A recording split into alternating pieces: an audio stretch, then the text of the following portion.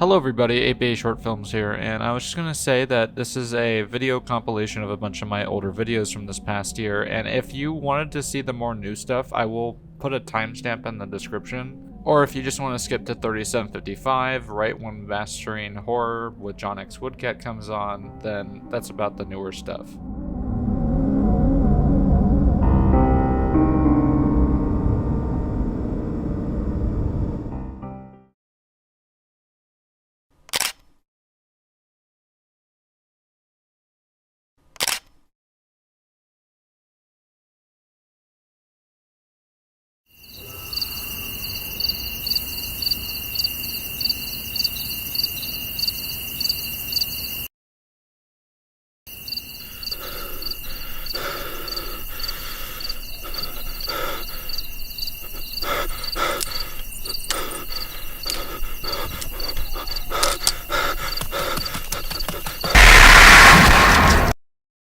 Hello everybody and welcome back to ABA Short Films, and today we're going to be looking back at what I would consider from a writer's perspective, the best of the original creepypastas.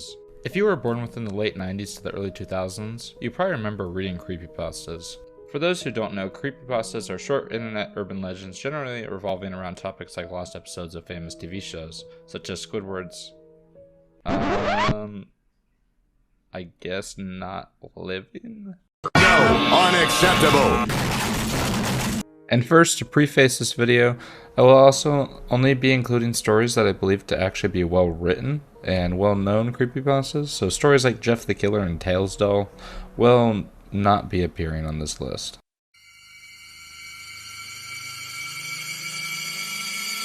And with all that being said, let's get started with the video.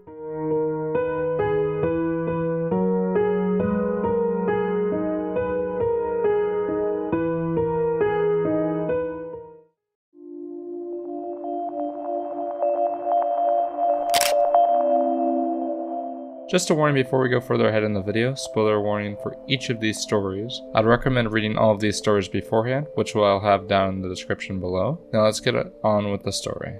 The story is about a programmer named John, who believes the world around him is being controlled by monsters that take over people's bodies. So in turn, he locks himself inside of his apartment, where he slowly but surely loses his sanity, as he is not able to go and see anyone he wants to go see. When he finally pokes out his eyes in order to make sure that whatever creature is out there can't take control of him, he is sent to a psychiatrist's office.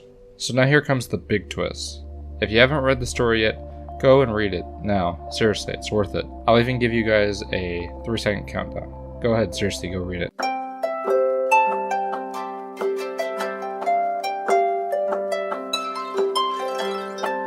He was right the whole time.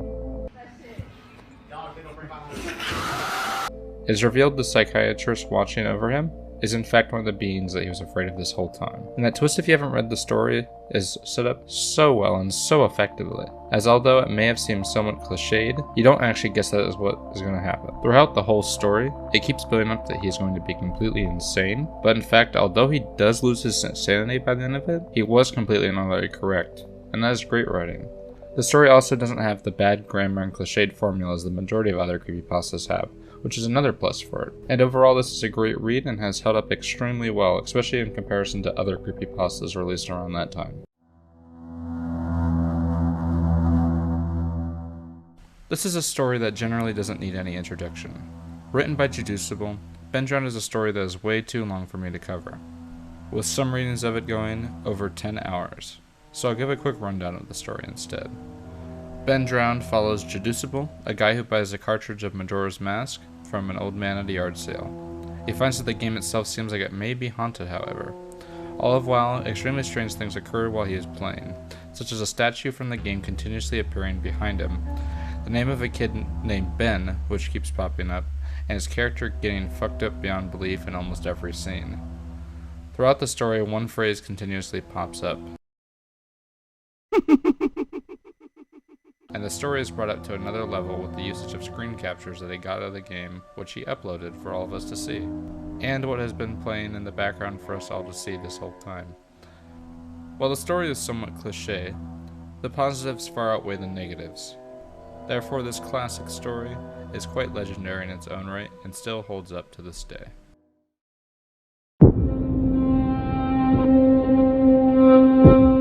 Funnymouth is a relatively short creepypasta about a guy using a chat room with his friend when a strange name comes on, acting extremely bizarrely on the chat forum as a whole.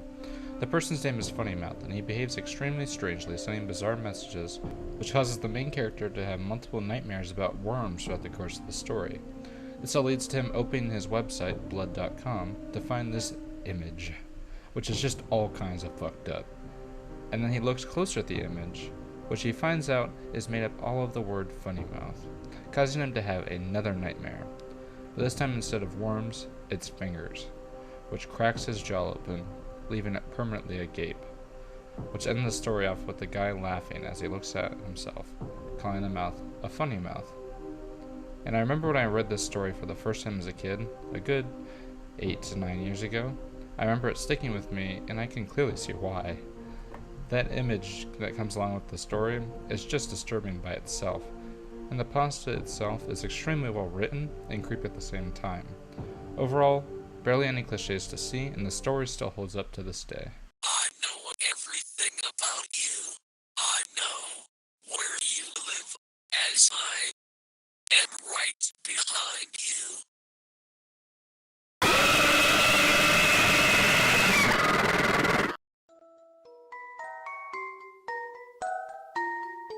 1999 is another extremely long creepypasta about a kid who watches a local television station in rural Canada called Caledon Local 21, where he sees a relatively low-budget show called Mr. Bear's Cellar.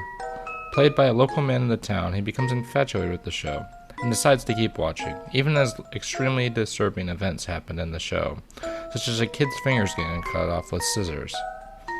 Despite all the warnings, he decides to try and visit Mr. Bear. However, when he gets there, police are surrounding the house. They don't explain any of what happened, so he goes home, where later in life he hears about the horrors that had been committed on that land. All the kids who had went to visit Mr. Bear were killed by the predator, and then burned in a satanic ritual in the backyard. All of this, along with the excellent pacing and clever writing, makes the story truly memorable and something unique to read.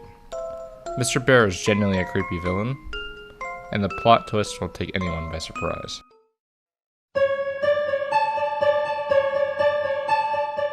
Hey, wait, before you click off the video, I can explain. Oh, brother, this guy stinks! While the writing of this one might not be the best, the originality and creep factor of it are certainly there. For being in one of the most overdone and cliche categories of creepypastas, there's a lot of originality to this story. I think the idea of a character stalking around not really doing anything besides that is inherently creepy as fuck. It gives me a strong G-Man vibe, and the photos that came along with it are extremely well done and creepy. The story behind it is okay. He gets stalked around in the single-player world. He starts noticing weird structures and the character off in the distance. And when he tries to ask people about it in his posts on the Minecraft forums, they're mysteriously deleted. So he tries to talk to Notch, and Notch reveals that he had a dead brother who somehow got into the game. While I acknowledge the story does kind of suck, I admire the way it is told through the photographs, and which were extremely difficult and unique at the time compared to other gaming creepypastas at the time that's talking about you, Sonic the DXE. The story has very strong vibes comparable to Bend Round, so overall I'd say this is a well crafted and well told story.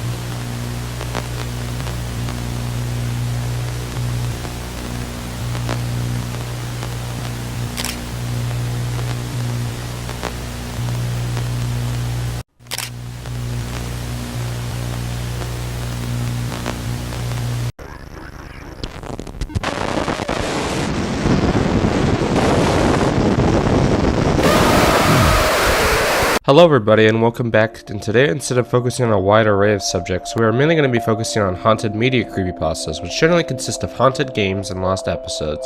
So let's begin! And just a quick little content warning, I am a little bit sick, so my voice is going to sound a little shit throughout this. Sorry about that.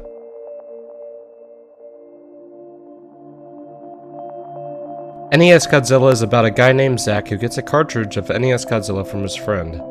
But he notices that the game might be a ROM hack as it features monsters that didn't get released till after the game was finished, and completely new monsters like the main antagonist, Red. This story is also extremely long, so I won't be able to detail all of it here, as most videos about this creepypasta go on for about 3 hours. The story itself, though, is extremely well written, so I truly would recommend you to listen to it in full, even if the ending is somewhat bland. I think the monster designs of this creepypasta are extremely well done, and the storytelling qualities are extremely high. The scares are extremely well done, and even getting a jump scare off in written form. And you cannot talk about this story without talking about the screenshots that come along with it. The story came with extremely detailed screenshots made with pixel art that show what's going on in the story, and add an extra layer to it that most other stories do not have. And I think that's what truly elevates this story compared to the other haunted gaming creepypastas that are out there. Overall, an excellent read.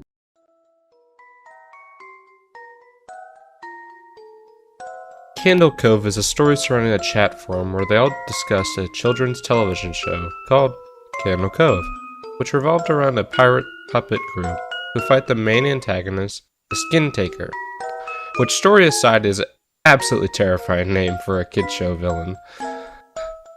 However, they all remember there being a final episode where a bunch of shots of the main characters screaming at the top of their lungs in pure agonizing terror, before the episode suddenly cuts to black.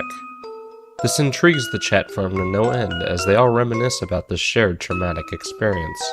However, the story ends when one of the adults asks their parents about Candle Cove, and they're kind of shocked to find out this fact about the show. That when they were a kid, they would turn the television on to pure static, and call the parents over to watch Candle Cove with them, in excitement.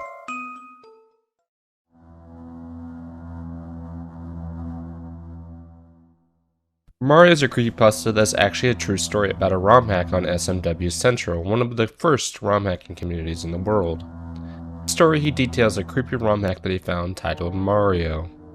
In the game, he notices the empty world and that all the text boxes seem to detail him as a villain.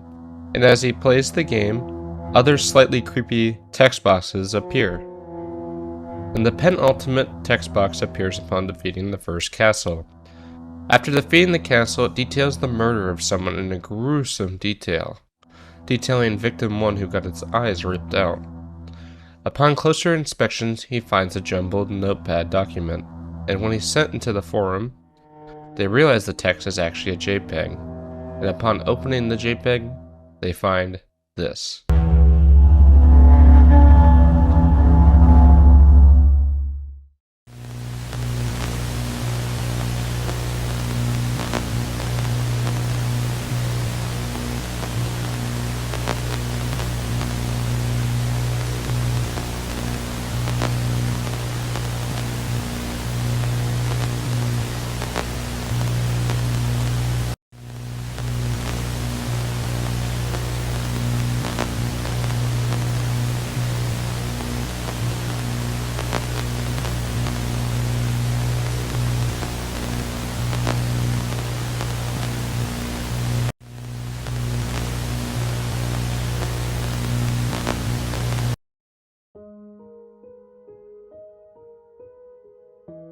I Hate You is a story about a ROM that a person finds online that contains a secret level for Super Mario World. In this secret world, they find blind boos, screaming bullet bills, blood-covered thwomps, dead Marios, and finally blood written on the walls that say messages like, "Why won't you die?" Finally, when they get to the end of the level, they find out the person behind all of this is in fact Luigi, which the person must have a boss fight with, where he pushes Luigi into lava, ending the game with this terrifying piece of pixel art. Now you might be saying, hey, but this story is stupid as hell. Well, yes, it kind of is, as this is what is called a trollpasta, a story that was purposely written to be bad and make fun of all the cliches that are in the creepypasta community. So I included this one to lighten the mood for a little bit, so let's go on with the next one.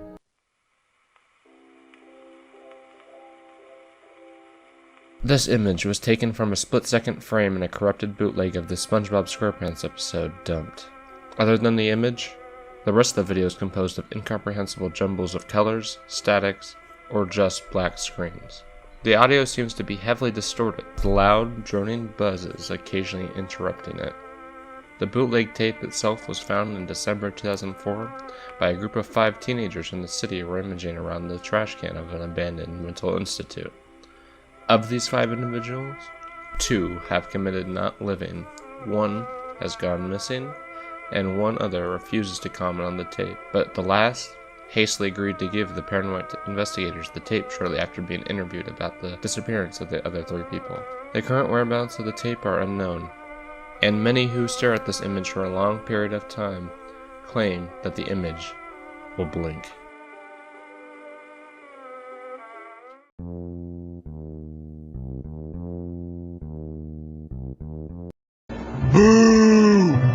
Now wait, put your pitchforks down. While the story itself might be awful, what I am talking about is not the story. I am talking about the fan game that came along with it, as that shows a much higher level of effort than the story it does in its single runtime. While the story itself is extremely laughable and has a delusional writer, the game itself is really well made and has a lot of genuinely good scares in it. The game tells the story about the same. It's a story of a haunted game haunted by a demonic version of Sonic. Overall, I think the game itself, though, paces itself quite well and makes it so you're on your edge of your seat most of the time as you play through it. Also, the game has some quite good jump scares that go along with it, and overall has some pretty good pixel art. So, overall, I would recommend the game. Don't read the story because the story itself is quite bad, but the game itself is worth playing.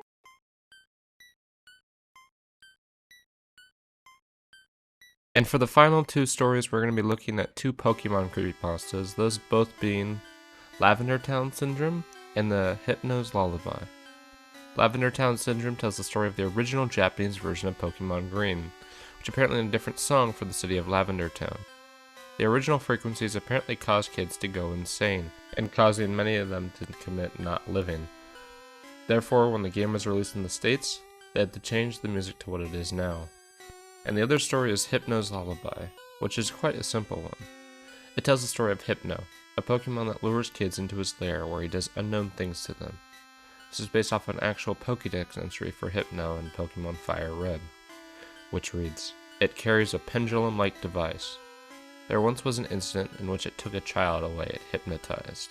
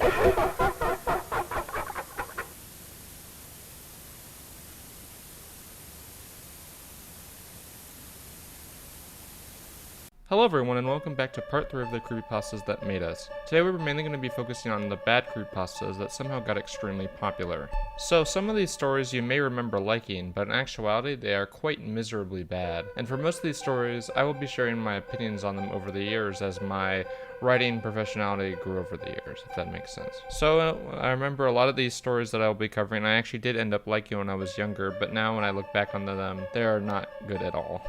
So now let's get on with the video.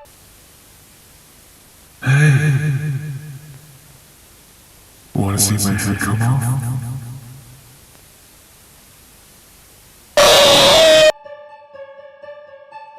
Now I know putting this on here might be controversial, but I think the poor pacing and the completely lackluster ending make it deserve its placement on here. The story is about an abandoned Disney theme park in the Bahamas. The theme park is called Mowgli's Palace, and the protagonist of the story mainly explains how quickly the place was abandoned for about 80% of the story. However, the horror of the story doesn't begin until he arrives at the theme park, which has been thoroughly abandoned for decades. This all culminates in him walking into an employees-only area covered in blood, with "Abandoned by Disney" written on the walls. When he walks in, he sees multiple mascot costumes laid out along the floor. And when he looks away, one of the mascot costumes comes up and says, "Hey, wanna see my head come off?" After seeing that, the mascot rips his head off as yellow blood shoots out, causing the protagonist to flee. When he flees, he sees the writing has changed. It now says, "Abandoned by God." Now you may be asking, why do I think the story is bad? Well, I personally think it's bad because of the awful ending and its god-awful pace. In the story, it does a wonderful job explaining what happened to the place and its backstory. But this is all ruined when we get to the place. It's only about 2 paragraphs later that the monster rips off his head. So what gives? Instead of taking it slow, the story feels extremely rushed. The other thing that sucks about the ending is that nothing in the story has been hinting at something paranormal, and it would have been much better if the paranormal activity stuff had been left out. And it's also funny because I remember when I was growing up, this was one of my favorite creepypastas as a kid, because I remember playing the games that were based off of it, like Five Nights at Treasure Island.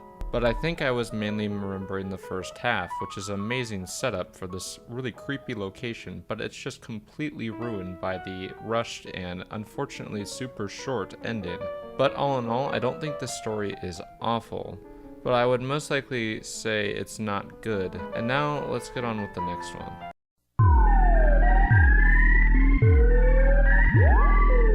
The Tails Doll Curse is a god-awful story. No ifs, ands, or buts about it. The story is about 2 kids finding a disc of Sonic R at the local game store, where when they play it, spooky stuff happens in it. When they play through, Tails Doll begins to mysteriously mess with the game, where they see things like it murdering Sonic and forcing the protagonist to chase down all the characters and kill them. This culminates with one of them smashing the system with a fucking baseball bat.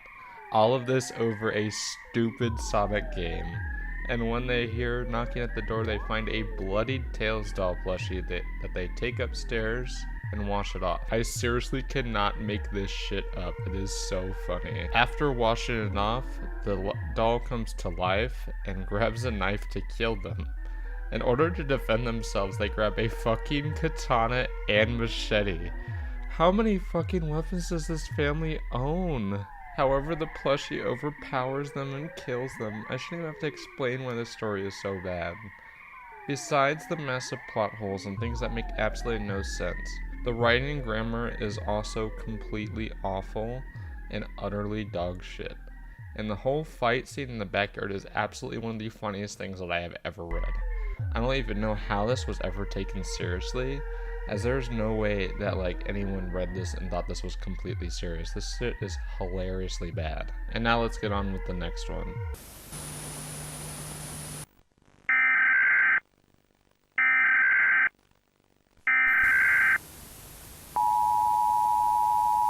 This is a public service announcement. We are interrupting this program to say there is a killer in Jackson County, Ohio. His name is Jeffrey Cameron Haddock, a 19-year-old white male. Here is his identifying picture.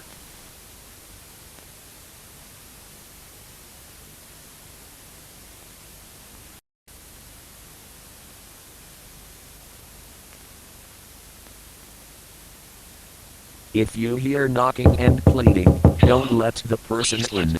It is a trap. Thank you for letting me inside.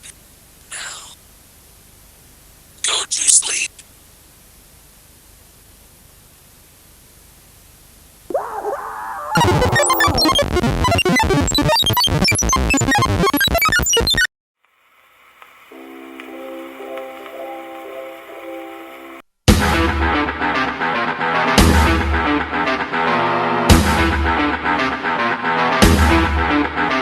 Now for the most infamous of the bad creepypastas out there, that of course being Jeff the Killer. Jeff the Killer is a terribly written story, no doubt about it. There's really nothing original about this story whatsoever, and I truly think that it was more scary editing that analog horror segment about this story than actually reading it.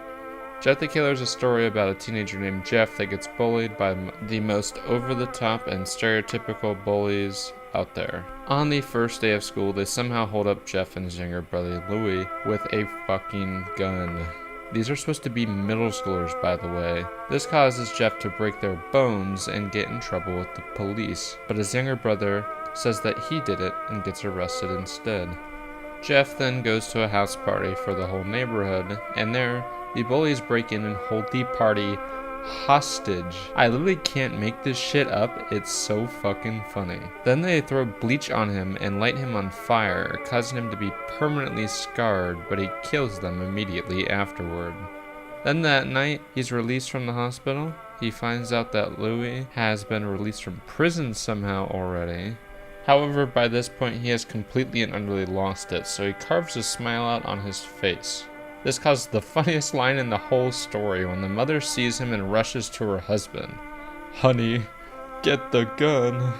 But of course, Jeff is too strong and easily overpowers them, taking control and killing both of them and his younger brother. And that's the whole story.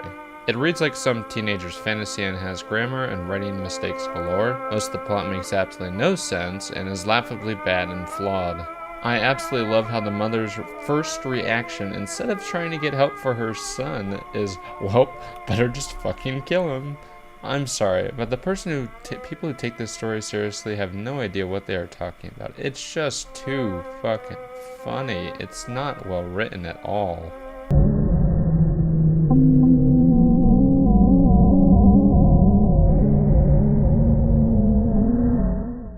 Horror on YouTube is definitely no longer in the renaissance that it used to be back in the day. I mean, seriously, there was one point where on YouTube you just couldn't avoid horror content. It was just everywhere. Everyone was talking about it. There was whole channels dedicated to these horrific stories that were all over the internet. People were making their whole careers off of covering just these horrific stories that just blew up. There was a point where there was like a new horror story that would come out every month that would just blow up. Everyone would be talking about it. It was so huge that you just couldn't avoid it. Even offline, everyone was talking about it. I remember at school in that time, everyone was talking about this stuff. It was insane. It was like the big thing.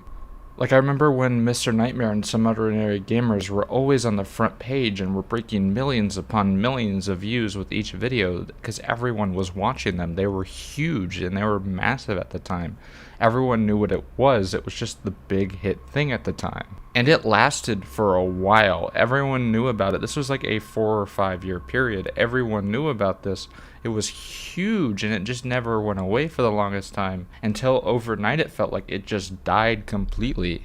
Hell, at one point, creepypastas were a cultural phenomenon that just couldn't be avoided whatsoever. And almost every major YouTuber at the time covered them in some form of way. Everyone was talking about it. It was the big thing. For example, horror content like SCPs and creepypastas were in everything. And I remember that kids were obsessing over these stories. It was huge. Like, everyone knows the stories of Jeff the Killer and Smile Dog, as they are just so deeply embedded in the cultural zeitgeist that you would have to be living underneath a rock to have never heard of them, at least once. Like, that image from the Jeff the Killer creepypasta is just embedded in my brain. Everyone remembers it. It was such a, if you show that picture, everyone will know what that's from. It was just such a huge deal. But because of that, I need to ask, when was the last time you actually remember a new creepypasta or urban legend actually piercing into the internet culture more than those stories, especially recently? I mean, seriously, it's been a while. You can ask anyone and they'll know the Russian sleep experiment instantly, but if you ask them about the park ranger horror stories, then they'll have absolutely no idea what you're talking about. And yes, I know that story is popular, but it's just nowhere near on the same level as those channels and stories were. And the same happened to a lot of the horror YouTubers that covered these subjects. For example, Some Ordinary Gamers doesn't even make videos on horror stories anymore. He's moved completely onto commentary YouTube because the Storytime YouTube scene is almost dead. Creepypastas have nowhere near the same hold that they used to. That has like almost no control over the YouTube space except for a few rare exceptions. So have the stories just gotten worse, or is there something else that's going on with these stories that we just aren't talking about? Well, before we go any further with that, remember to like and subscribe, and if you like this video, let me know down below what you guys think about the video. And remember, I respond to every person that sends a message, at least I try to. If I don't have anything to say, I won't respond generally, but if I have something that I want to say, I will say it. So I will let you know what I thought about your comment, and I want you to let me know what you think. Please, seriously, let me know what you think of the video. I can take it. Now let's get on with the actual video.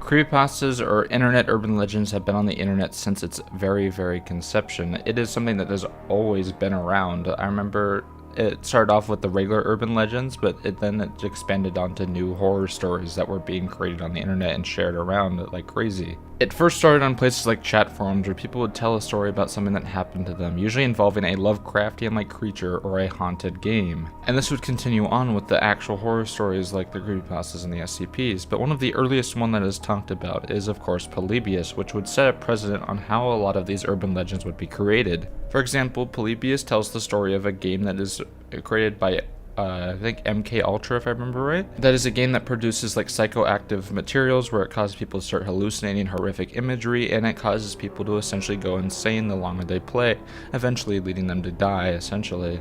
And it's controlled by the CIA, leading to this big conspiracy angle, and it just became a huge story when it came out. It became a part of the cultural zeitgeist. Everyone remembers Polybius. Polybius got so huge that it spread onto the actual mainstream culture, as it became a reference in The Simpsons, for example. Everyone knew what Polybius was, and that led to the creations of even more of these urban legends that became popular on the internet. And this led to more of these stories that would follow an urban legend-like format, which would eventually be known as creepypastas, where it would usually be the retelling of a haunted game or a lost episode or some weird eldritch abomination that they had to tell the whole world about, usually through a journal-like format in the story. And these stories would blow up in popularity, as the well-written ones had a generally good sense of realism and generally tried to stay in the realm of possibility, while the bad ones were also entertaining, as they were so bad that they were hilarious. For example, everyone remembers just how funny Blood Whistle and Jeff the Killer were. These were stories that were so poorly written that they were entertaining.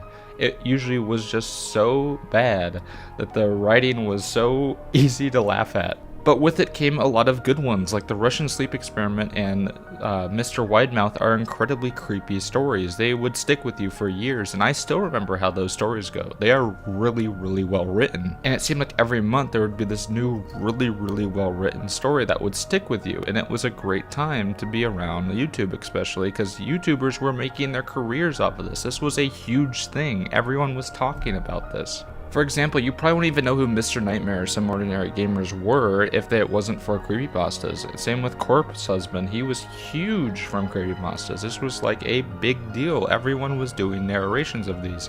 And then another form of urban legend would pop up, one more focused on trying to stay more realistic than others, with the creation of the No Sleep subreddit. No Sleep took itself much more seriously than creepypastas did, and a lot of the stories on r/NoSleep would be better written and focus a lot more on quality rather than quantity, although some stickers would get through. And these YouTubers were getting millions upon millions of views, and for some reason the internet became a perfect breeding ground for all of this. And remember, this is all before the explosion of mascot horror, so the horror of this was rather fresh and gave something for people to focus on. And I remember how popular these YouTube channels were at the time, as almost everyone I knew at the time were watching these channels because it was just the huge big deal at the time. Everyone wanted to hear about these stories, and the narrations were generally well written and well taken care of. And the people reading these generally had soothing voices to listen to. They were very interesting to listen to, as it seemed like they had a very good narrative voice. It was like reading an audiobook. So generally, what happened to all these channels? They all just seemed to disappear overnight.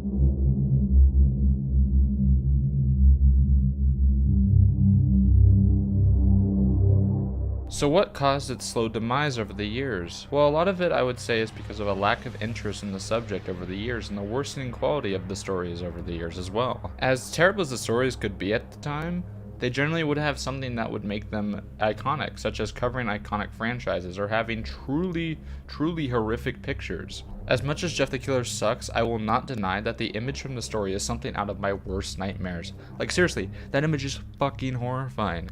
That image is more scary than anything in that story whatsoever. The story is dog shit, while that image will stick with you forever. It's such a creepy photo. I think the only reason Sonic.exe got big as it did, it was just because it was a thing on the Sonic franchise. Like literally, if it had not been on Sonic franchise, no one would have been talking about it. It was such a terrible story, but because it was covering such an iconic franchise and it was one of the first ones to cover that franchise, it blew up. It was massive, and once again, that image is iconic. Everyone knows the Sonic.exe image. It was a huge deal. It was a big part of the cultural zeitgeist once again. But you can only have so many stories focusing on the same 3 IPs before people begin to get tired of the stories. Like, you can't keep making horror stories on SpongeBob or Minecraft because those IPs have been done completely to death. And because of that, people begin to become bored of these stories, as the same stories keep popping up over and over again. But also the stories on No Sleep began to become more and more realistic, to the point that Creepypastas and No Sleep ended up becoming almost the same entities, with the stories on both becoming extremely similar. And because of that, a lot of big channels began to leave the story reading format and focusing more on other subjects. For example, Mr. Nightmare left Creepypastas completely and started focusing more on realistic horror stories sent in by his viewers, while some ordinary gamers went and started focusing on becoming more of a drama YouTuber to great success. While ones who kept covering these subjects would notice their viewer rate lowering and lowering to the point of irrelevancy. So will Creepypastas ever come back again?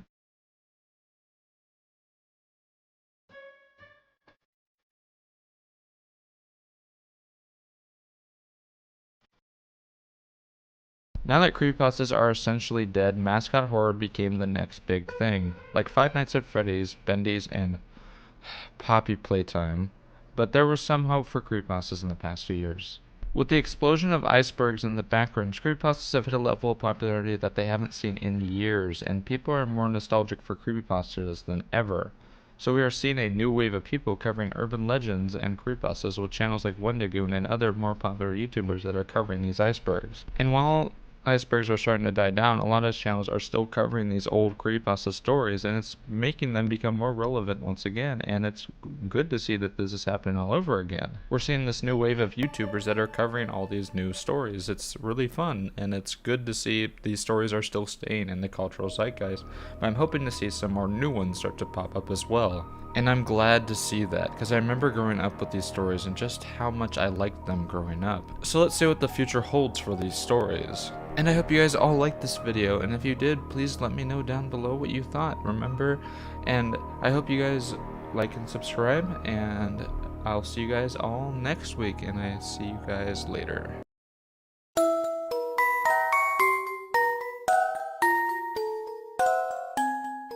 Common knowledge at this point that popular creepypastas are notoriously hit or miss, to the point where even if everyone was talking about it, you had no idea if the story was any good. But what was always guaranteed is that at least one part of the story would hook you in, and depending on the pasta, it could be the story, the idea behind it, or a photo that would embed itself into your psyche. Many creepypastas would also lure you in with the fact that it was already based off of an already well-known IP, but those things wouldn't stick with you as much as the other three. If you didn't have one of those three, then your story would not be successful whatsoever. ever. I mean, let's look at some of the most popular examples. First off, Jeff the Killer. This has got to be one of the absolute worst written creepypastas that I've ever read, but it is also one of the most popular ones ever written. So why is that? Well, the image that came along with it was frankly horrifying. Like seriously, this image was all kinds of fucked up. It would stick with you for a while. I remember when I first saw it, I couldn't get out of my head for the longest time. 1999 was another story that did one thing extremely well, and that was creating an extremely horrific idea behind a monster, as it was something that would stick with whoever was reading it by making it so the crazy man killing kids in the story was sacrificing them to the devil. The story itself isn't great and leaves much to be desired. It connects to a certain part of your brain that just finds that idea to be one of the most extreme and horrific things to be put to text. And some stories did two of those things really well, like Baraska, which is one of the best written and original ideas that creepypastas have ever had, to the point that an image wasn't even needed for the story to be remembered due to the extremely high quality of the story. Abandoned by Disney is another one that did two things really well, as the image and idea behind the story are some of the best and most original in all of the creepypasta fandom, but the actual story itself is just okay, nothing too special. But you may be asking yourself, have there really been any creepypastas that have been able to do all three perfectly and just keep you on edge the whole time? Well, yes, quite a few have, but before going any further, only 0.8% of you guys watching are subscribed. So if you like this video, make sure to like and subscribe because it helps me a lot. Also, make sure to leave a comment down below if you liked the video, and thank you. And let's continue along with the actual video. Now, there's a lot of creepypastas that I think perfected the formula of what made them so special, but let's go over just a couple of them. First off, there's Godzilla NES, which came out with one of the most haunting and memorable creature designs put to text with the character of Red, and also came along with a flurry of creepy and frightening images to go along with it, while also still having one of the most creepy and memorable ideas and stories of any creepypasta. The only thing that really held it back was the quite terrible ending that really killed the horror of the awful situation that was happening to our protagonist. And two more stories that also did it all correctly were the Russian sleep experiment along with the rake, which just did everything perfectly, with both stories being enough to keep you from sleeping most days. Those aren't the ones that I wanted to cover, and that is because the one I wanted to cover has, I think, one of the best mixes of all three, but also has one of the most frightening and memorable as well as well-designed photos to go along with it. And this one is seemingly not talked about as much as all the other ones, but still is extremely popular, just seems to have been forgotten with time, and that is of course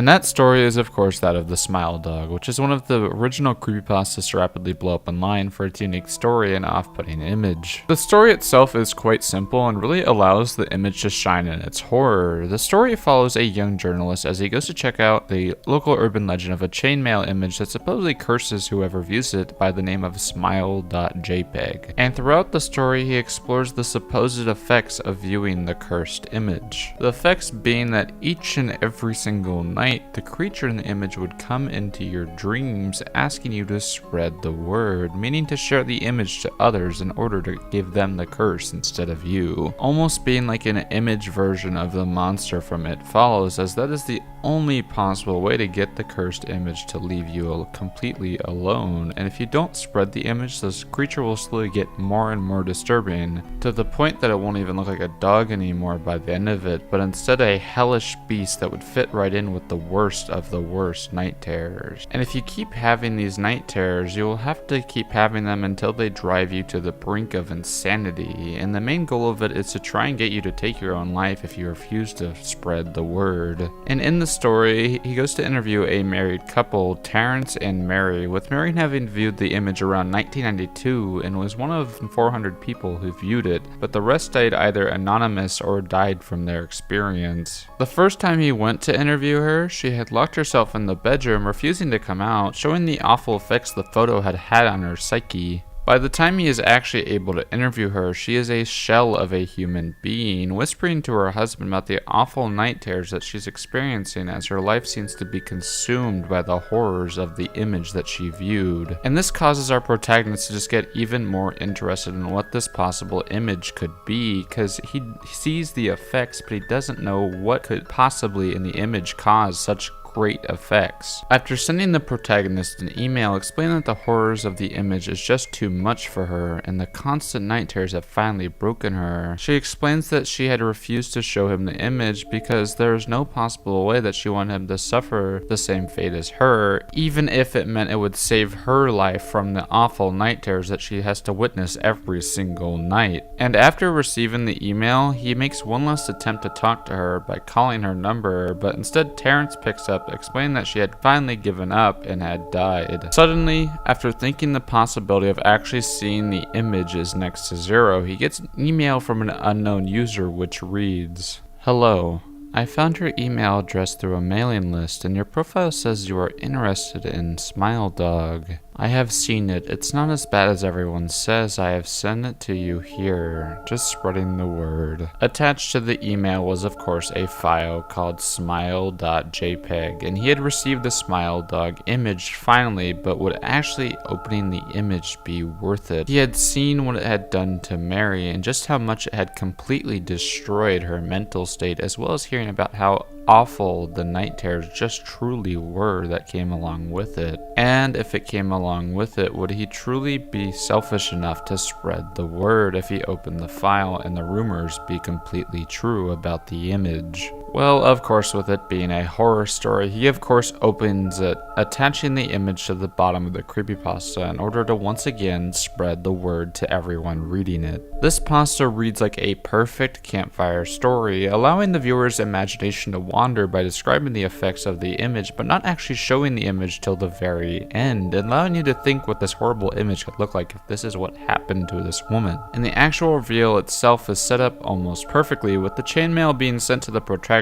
just like many others before him, and the ending of him spreading the word just like the dog said to do multiple times throughout the story. And by explaining the effects of the image, the reveal of the image itself is just that effective. It just allows it to seep into your psyche and stay with you for a long time. And the image itself is also equally horrifying, as it allows your mind to wander while viewing it, because it's just such a creepy and horrifying idea while staying relatively simple. While the image itself is not exactly the thing of nightmares, the fact behind the image supposedly causing you to have endless night terrors is just simply horrifying, and allows the image to have a level of creepiness that it would not have if it was just shown by itself. And there's just something so creepy about the dead eyes and the wide unnatural smile of the dog that really adds to the image, as well as the bloodied hand in the background. It makes it look like the dog is torturing one of its victims in the background of the image. And the image itself looks like it came out of the darkest pit of hell, just like the hell it puts the viewer of the image through after viewing the photo. Then there's the hellish demon it slowly becomes throughout the story, which also is a photo that goes along with it being this. And that just makes the story even worse, knowing that each and every single night that you see it, it's just going to get worse and worse till you either end it or spread the word. There is no escape from it without either hurting yourself or someone else, which just makes the whole idea behind the story that much more disturbing, as you have to choose which one you are willing to pick. So it does all three things right. It has a scary, memorable image, and a well planned out and horrific idea behind the story, and the execution of the story itself is perfect for making the viewer as creeped out as possible. And that's why, even though Smile Dog has been mostly forgotten by the internet, it's still one of the creepiest and best creepypastas out there. And before I end the video, I just wanted to say, wow, I was not expecting to hit 800 subscribers this fast, let alone 870.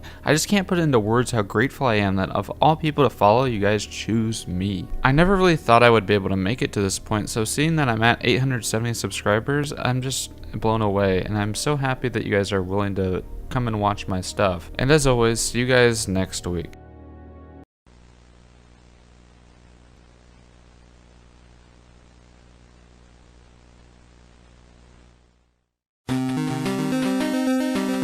Many stories were able to capture my attention from a very young age, from Smile Dog to the Russian sleep experiment, and then finally of course Sonic.exe. I was a sucker for creepypastas as a kid. I remember listening to people like Some Ordinary Gamers and Mullet Mike narrate their creepypasta for the week and was always enthralled by it, as the stories were just the perfect thing for young me who was just completely obsessed with horror media at the time. And these stories were all over the place, with some being incredible masterpieces of fictions that tell deep and unapologetically frightening displays of horror, while others were trope-filled messes that seemed to fall into the same cliches of hyper-realistic blood and gratuitous violence. But one story really stood out to me from very early on in my journey within the medium, and it involved a character that I loved growing up. That character, of course, being Godzilla, a character that has seen his fair share of disturbing stories, with films like Godzilla 1954, GMK, and more recent adaptations like Shin Godzilla and -1. The character is no stranger to the horror medium. However, there hasn't really been a more directly horror-involved story involving Godzilla like this one. In a twist of events, Godzilla isn't even the villain in the story, he's the hero. That story is, of course, the NES Godzilla Creepypasta, a story which blends the line between reality and fiction a lot better than a lot of the other stories on the Creepypasta wiki, as throughout the plot, through its clever usage of sprite work and world building, it leaves you wondering whether it was a hack or completely made up. But before going any further with it, first off, I'd like to thank John X Woodcat for being willing to read off all these excerpts from me, and secondly, remember to like and subscribe to the channel if you like this video, and comment your opinions on the story down below. I really want to hear your thoughts on it, because the feelings around the story generally are pretty mixed because of some parts of it being better than others, and so I really want to know if you think it's a good overall story, if you think it falls apart because of that. Now let's get into the actual story with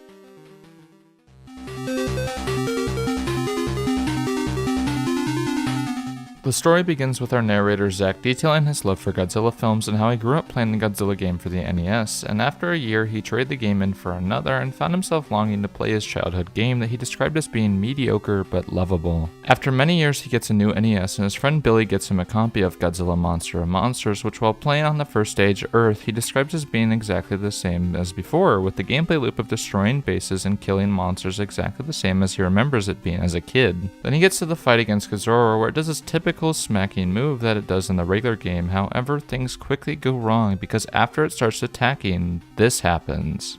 This caused the game to glitch up, because once he started smacking me, he never stopped. The timer is supposed to end the fight in about 40 seconds, but this lasted for nearly 5 minutes. After a while, the graphics started to mess up, with little red blocks all over the place. After resetting the game, things seem to be back to normal, and he defeats Gazora and Mogera, heading on to Mars, where he notices another strange thing, with Titanosaurus being on the map. See, this wouldn't be so strange, as Titanosaurus is an iconic monster within the Godzilla franchise. However, Titanosaurus was nowhere to be found in the original game. And things get even stranger within the Gazora fight once again, as during the fight, the Gazora sprite completely glitches out, as many versions of the eyeballs of Gazora appear all over the glitched out screen, all a deep shade of red. And things continue to get even stranger with Mogera, as in the fight Mogera is twice its normal size, and after he defeats the mech, this happens. This happened extremely fast, so I was lucky to get a screen cap of it at all. But what happened was that the giant Mogera sprite started to shatter and melt. I still have no idea what that meant.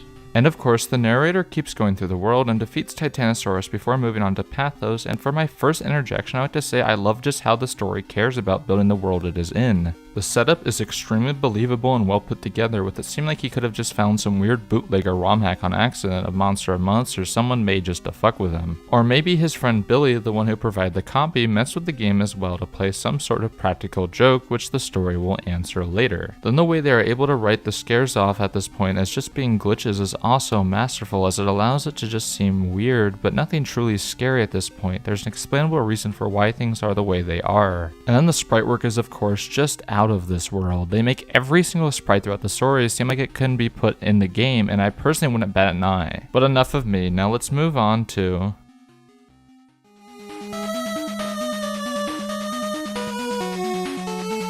Pathos is where the real horror of the story truly begins, as the first thing he notices about it is off as soon as he gets there. First off, there's Biollante, one of my personal favorites on the map. However, this is stranger to the fact Godzilla vs. Biollante came out in 1989 and Monsters of Monsters came out in 1988, but he throws it aside and just assumes it's a weird marketing stunt. Then the music was also different. It's way more isolating and desolate, as he describes it being like 5 different songs mashed together with the same exact instruments. He then tries to do one of the mountain levels, but finds the levels once filled to the brim with enemies are now completely desolate and a blood-red moon hangs over the mountain range. And then every single mountain level on Pathos followed this exact format, however the orange levels were different, being cave systems filled to the brim with Patango spawns. He then gets to the Mogera and Gezora fights, but the creatures are both malformed versions of their original counterparts, with Mogera being a flying machine that still uses its drill, and Gezora being a fast-moving alien beast that doesn't resemble anything worldly to any degree. Surprisingly, however, Biollante is a much more typical fight, with the monster staying almost completely the same as its film counterpart, never straying away from its original design. However, after defeating Biollante, shit hits the fan for the very first time when he notices this on the world map. He goes over to the level in fear of what could possibly be on there, and when starting the level he sees a hellish landscape with the one single word at the top: run. The first time he opens the level, Godzilla was killed instantly by a creature that he wasn't able to see as he reached down to grab something else, but upon retrialing the level, this happens. That's when heard a low bellowing sound, and then I saw it. This thing. Do you know that feeling your body has when you feel like you're in extreme danger? You start to recoil and tense up as the adrenaline flows through your veins, and your nerves start to feel very cold. That's the feeling I had when I took this screen cap. I haven't seen all the Godzilla movies, but I'm pretty damn sure this was never in any of them. It had to be something the creators made up. But what kind of sick fuck would put this in a children's game? And after he sees the creature, which most people refer to as Red, he follows the game's advice and begins running to the right, before eventually outrunning the creature, and upon defeating the stage, he realizes that Mothra still has to complete it. But instead, Mothra is allowed to beat the level without actually completing it, therefore allowing him to move on to the next planet. And once again, I just have to say, wow, the way they're able to keep this going while making it seem like something that could actually happen is incredible. Even with the creature of Red and everything being off, it could still just be explained as some creepy ROM hack and nothing more. It hasn't veered into supernatural aspects, and instead keeps what we are seeing as completely realistic as possible, and I really love that about this story. Also, the design of Red is quite great, as they're able to convey a sense of dread extremely well, which is extremely impressive considering that these are still done with 8-bit sprites at this point. And the feeling upon seeing Red is one of the few that I think hasn't been matched by many other creepypastas, as from the very beginning of you seeing the creature, you realize that something is just off. And this is no longer just slightly off, we are now fully into horror territory, as we know things are only going to get worse from here. And with that being said, let's move on to...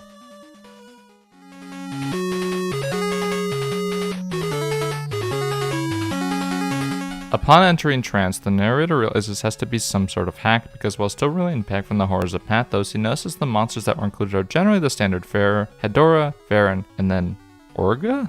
This is extremely strange, as Orga is from Godzilla 2000, a film made in 1999, 11 years after Monster of Monsters came out, therefore there is no possible way that Toho could have known about this character yet. He then opens the first level, which is a question mark, where a face asks random questions and makes a face depend on your answer, asking stuff like, Do you like the game?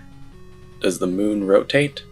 Does your dog like the president? After answering the questions, he goes into the levels, which start producing weird and trippy visuals, as well as more disturbing enemies than before, as well as not Mogera appearing randomly in one of the scrolling levels, and something impossible in the normal game.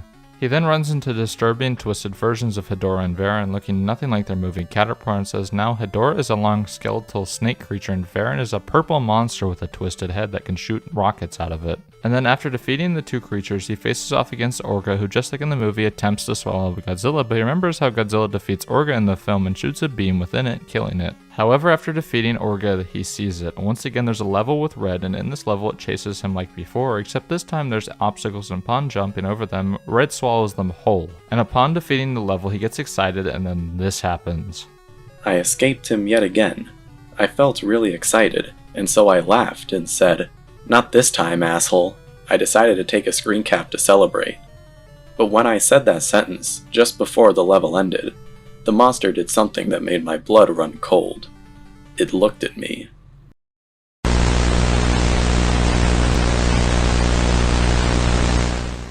This section is what scared me the most as a kid, as I just remember the look he gave into the camera, and that sent chills down my spine. And with saying that, it's still a great scare. It still sticks in my brain the same way it did when I was a kid. But this leads into one of my first problems with the story. It's setting up a supernatural angle, which one of the things that I have liked about the story so far is it kept it mostly within the real world, as it could have all just been a ROM hack. However, by adding that supernatural element, we now know that this story is impossible and it's instead just another nightmarish scenario that is completely outside the realm of possibility like all the other ones. Now that's not to say that as a bad thing per se, but I do think this leads to many of the problems that we will get to later within this story. But without getting too far ahead of myself, let's get on to the next chapter, which is...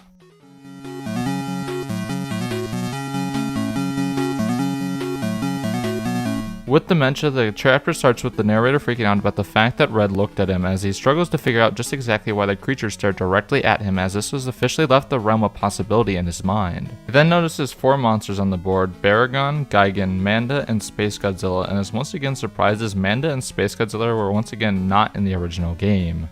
The first section is of course the face with questions again before a water level with Anguirus where he runs into a couple new monsters and weird level designs, and then with the Godzilla level he runs into more weird and trippy visuals. Then he has another fight with a weird trippy monster, this time being not Baragon, which while in the films Baragon is quite small, this one is gigantic and towers over Godzilla. He normally uses a kick to attack, but when he gets cornered by Godzilla, this happens. First, he blasts a cloudy breath of pixels down at you, which causes you to freeze. Then he walks back to the right corner of the screen and extends a huge Gatling gun from his abdomen.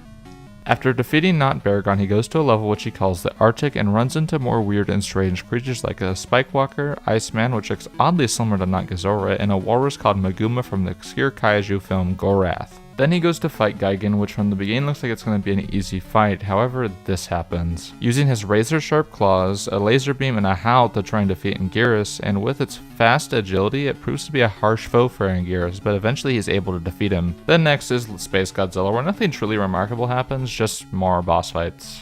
Then finally is another Red level where this time he has to complete it as Anguirus, where he realizes that he has to outrun Red underwater, no longer just on land, as it revealed that Red can change his form depending on what environment he is in.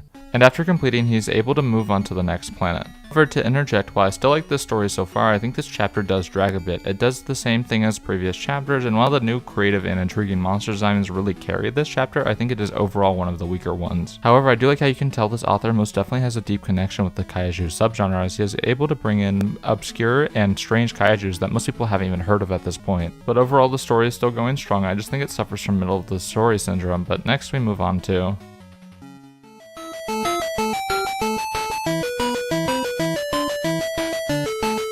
This is where I started to get worried when I saw this section, as the last chapter had been somewhat of a lull to me, but hopefully this section will prove me wrong and the story will keep going at full steam. The section once again begins with the question face asking him lots of weird and unusual questions before finally asking, Do you like Mothra? Upon answering with no, the face gets maniacal and replies with, Too bad. Godzilla is then removed from the map, leaving the narrator with only Mothra, the weakest of all the playable kaiju, and the first level is a strange forest with even stranger creatures, however they are mostly harmless. Things get weird when suddenly a pixel art animation of a kid with a bear head licking an ice cream cone is shown, wearing the same clothes that the narrator used to wear as a kid, and then after touching an hourglass it takes into a dimension filled with clocks and 3-hour glasses. One fills the world with enemies from the past, one with original game enemies, and one with creatures from the future, and upon defeating the creatures from the future, he's taken to a world of smokestacks and pollution. Out of the pollution pops out a oil slick creature, and upon defeating it, the next level is an iceland filled with raptors that kill each other fighting over territory. However, the next level is where things get really strange because the moon appears from the earlier levels, but it lowers, cracking open and revealing a humanoid within, which falls into the water below, and upon dropping into the water, the ground suddenly begins to shake. Out of the water, a giant creature shoots out, which they called the Moon Beast, a massive creature with a floating head, and upon defeat, this happens. I've been trying to keep my promise and suppress this memory for years, but it seems as if I have to get it off my chest. This is a very painful memory for me. But the game already knows about it, and I think you should too. I'll just tell you the important parts, because I don't like bringing this experience back into my head unless I have to. Back when I was in middle school, I had a girlfriend named Melissa. She suffered from some kind of mental disorder that caused her to go into episodes. When she was in an episode, she would stand or sit perfectly straight and still, and her face would instantly lose any expressions she had before. She would speak very clearly, without any hint of emotion. When it was over, she would start trembling, and sometimes bury her face in her hands, and remain silent for several minutes. I can't really convey the feeling it gave me in words, and I won't try. You had to see this in person to understand. But despite this, she was a very kind person, and I cared about her dearly. We liked to hang out in a field at night, and look at the stars. But one night, she didn't say anything to me at all. She just stared directly at the moon, trembling. I tried to talk to her, but she suddenly sprung up and ran right into traffic. I tried to stop her, but I was too late. She got hit by a truck and was killed that night. I looked her right in the eyes when the wheels went over her neck. That sight has always haunted me. I know that the game knows about this because after I defeated the Moon Beast, this happened.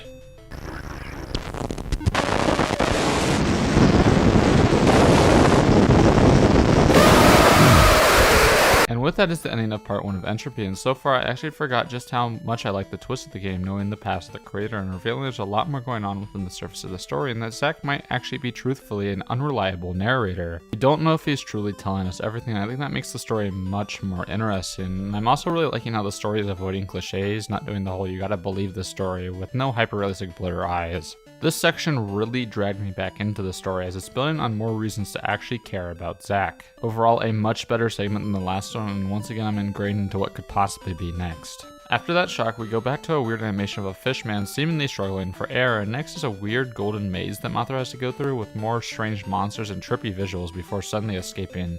After that is a strange cliffside level where we see more creatures exploring the environment as we see what looks like an ecosystem with birds picking off other monsters. Finally, there's the Batra and Megalon fight, which are fairly normal besides them not being meant to be in the game originally, but nothing too out of the ordinary. Things quickly take a turn for the horrifying, however, when afterwards another animation is shown of someone getting an axe in their face, and then a dark maze where creepy noises that seem to be following him were heard, and upon photo editing reveals this. Then there is a fight with Mechagodzilla, which seems to be going normal before it suddenly reforms into a disturbing beast of a creature with a humanoid head. After defeating it, they are of course taken back to a red maze, where of course Red appears, but this time something interesting happens, being this. However, I did take a screenshot of the red monster doing something I found very interesting. I had managed to lose it by going through a different path than it originally expected, and it was blocked from attacking me by one of the organic walls of the red labyrinth, or so I thought. After that, Entropy is now over, and I gotta say this chapter as a whole was most likely my favorite of them all. It gave me a reason to care about Zack and showed that there was more depth to him than meets the eye. It also has a lot of great scares, the one in the maze being a personal favorite of mine, and does an excellent job building the world around it, and I think the name of the planet really fits with the section, as entropy is a scientific concept that is mostly associated with a state of disorder, randomness, or uncertainty, as I think the world he finds himself in is random and full of uncertainty. Now let's get on with the next section, being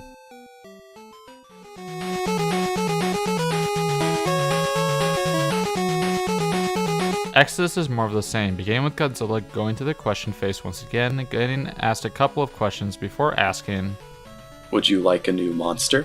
Upon answering yes, they get a new bat monster named Solomon, who is essentially invincible to all the damage that the enemies try to do to him, and after completing another weird and trippy level, this screen pops up. The next level features Godzilla going through a map filled with monsters and pyramids in the background before getting to the end of the map, which has a huge pyramid on it. The huge pyramid then lights up, which causes two monsters to appear, which Godzilla has to quickly defeat. The next two levels are more strange environments that Godzilla and Solomon must go through, with nothing new much being added here. Upon defeating those levels, he seems to have to go through a boss gauntlet of a lot of the same bosses he had to fight before, like Not Gazora and Not Hedorah, as well as some new ones like Kumanga and Gorosaurus. However, things quickly turn a wrong way when he has to face Not Ghidorah, which while originally just being a door rat, turns into a creature called Chimera, an amalgamation of all the weird creatures from before, and with each health bar removed, a piece of it falls off until finally only the head remains. The final level is a cemetery, and when getting there, Solomon isn't allowed in, and a blue figure appears over Godzilla. The character is shown as an angel, but suddenly the landscape begins to change, becoming a more hell-like place, leading to Red once again appearing before promptly devouring the angel that we just met. And that is Exodus, and once again this chapter was definitely a weak point to me because while there was a lot of things to like, the new things that were added were more of the same. Just a weird environment with creepy things, but not actually adding to the plot of the story, if that makes sense. I also think the reaction the narrator has to the angel is a bit melodramatic and corny, but you do you. Overall, I think this is one of the weakest chapters by a long shot, and most likely the weakest one so far. But next, the final planet is...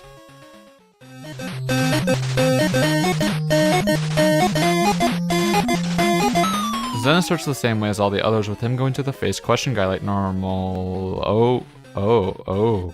They killed him. They killed the face guy. After that, he tries to reach for a new monster when the game literally tells him no, moving it out of his playable reach and then showing an image of a pixelated burnt body. And then Mothra and Godzilla get sent through some hellish sights, full of some of the scariest and creepy creatures we have seen so far, with parts of it quite looking like biblical depiction levels of hell. Shit begins to defend as a bunch of creatures blend together, creating this monster bigger than any of the ones before it, attacking Mothra. And the next stage has Anguirus exploring a lake littered with bodies and a corpse hanging, which has a creature split out of it attacking Anguirus. Then for Godzilla's level, he has to deal with a fleshy pit full of tapeworm type creatures that slither and wriggle around the fleshy and deformed landscapes around it.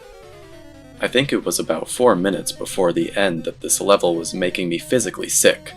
The tension was getting to me, and having to take in all these disgusting sights made me want to puke. I nearly did pause the game and look for a bag, but I was able to hold it together. Next, Solomon has to deal with another hellscape full of monsters, but besides that, the rest of the Zen seems to be normal. All the boss fights seem to be unchanged, even this last one. Oh.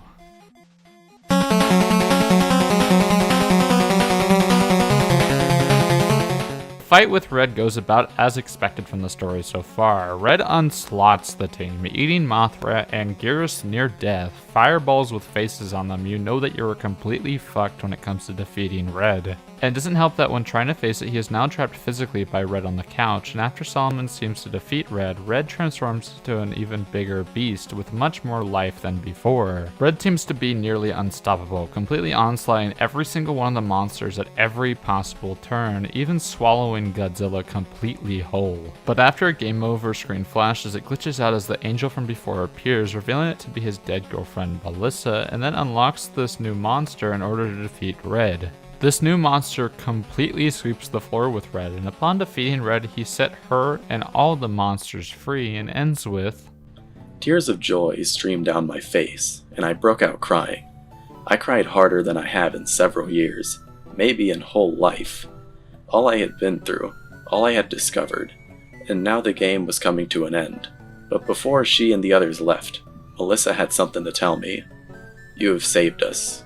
We are forever grateful. We'll be together again. Someday. Then after a long discussion with himself, he decides to sell the cartridge on eBay instead of actually destroying it. So happily ever after, you might be saying. He won and defeated Red, but see, those final 2 chapters I think caused the entire story to fall completely apart for me. While I thought the hellish landscapes were unique and a lot of the monsters were horrific abominations that really showcased just how good of a monster designer the creator was, I think the goofy ending almost ruined it for me. The switch up from Red completely annihilating the monsters, but then this one singular one being able to sweep the floor with them doesn't seem earned, and the dialogue gets so melodramatic by the end of it that it becomes basically laughable by the end.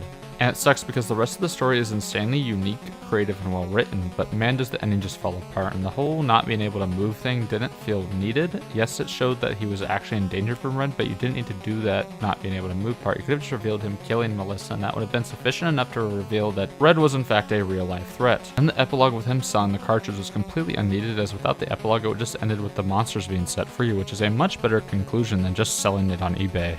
But I won't let that rather goofy ending ruin it for me. I still love this story, no matter how goofy and over the top the ending is. The world building on display here is levels above everything else around the time and blows many other creepypastas just completely out of the water. The sprite work is nothing short of impeccable, and this shows primarily what I meant last week about imagery and the story needing to work together in order to actually work, as every single image in this pushes the story forward in an interesting way. And while I glazed over a lot of the story, if you want to actually read it and check it out, this story, I would highly recommend it, as it's highly worth a read and earned its spot as one of the top creepypastas for a reason. And the way Red is able to convey fear from the very beginning is something that most other creepypastas aren't even able to dream of, as from the very moment you see him, you know that the guy means business. He is going to stop at nothing to kill Godzilla. And things get even more terrifying with Red, as we know that he can see Zack and that he is not safe behind the screen, added an even more terrifying layer to it than before. And speaking of layers, there's so many hidden meanings behind it, even the naming of the planets. First off, pathos means experience, misfortune, emotion, and condition, and this relates back to the story as we're experiencing firsthand the emotions he is feeling upon seeing the monster for the first time, and the misfortune he is going to be experiencing at the hands of Red. Next up is trance. The story lulls us into a trance as we expect not any supernatural things to happen, but then Red looks at him. For dementia, we see a monster forgotten by time. Maguma, just like many other people that suffer from dementia, forget things with time. I already explained the meaning behind entropy, but Exodus sounds a lot like Exodus, which is the book of the Bible where the Egyptians built the pyramids just like we see in the background of the planet. Then finally, Zenith means high point. This is the high point of the story, as it's the ending. Because of that name, it is fitting for what we are seeing here. So I could completely be pulling on my ass here, but I think there's some meaning behind the names here. I also really liked how before, the glitch seems to almost be sentient, changing and transforming these monsters that we once knew as just that kaijus into horrific amalgamations of what they once were. And it's strange because a lot of the monsters seem to take the appearance similar to other monsters we see later in the story, with Gazora becoming similar to the Iceman and Mogera taking an appearance similar to the future monster in the clock section. I also like how the monsters seem to represent something. With Godzilla, he represents comfort, because when he shows up we know he's in a much better space. However, Mothra represents the complete opposite, representing fear and fragility. And this is made even more apparent in Entropy when Godzilla gets taken away from Zack, leaving him completely alone with Mothra, which is a much more scary situation to be in. Because of that, the story is able to build a layer of fear on its own level within Creepypastas, and that is why I think it stands out on its own level compared to all the others. And although I don't think it's a perfect creepypasta, it almost is. And this has been AB Short Films, and I'll see you all next week. Thank God it's over. I'm glad that is it for Godzilla NES creepypasta, and there's no C. Oh God. Oh fuck.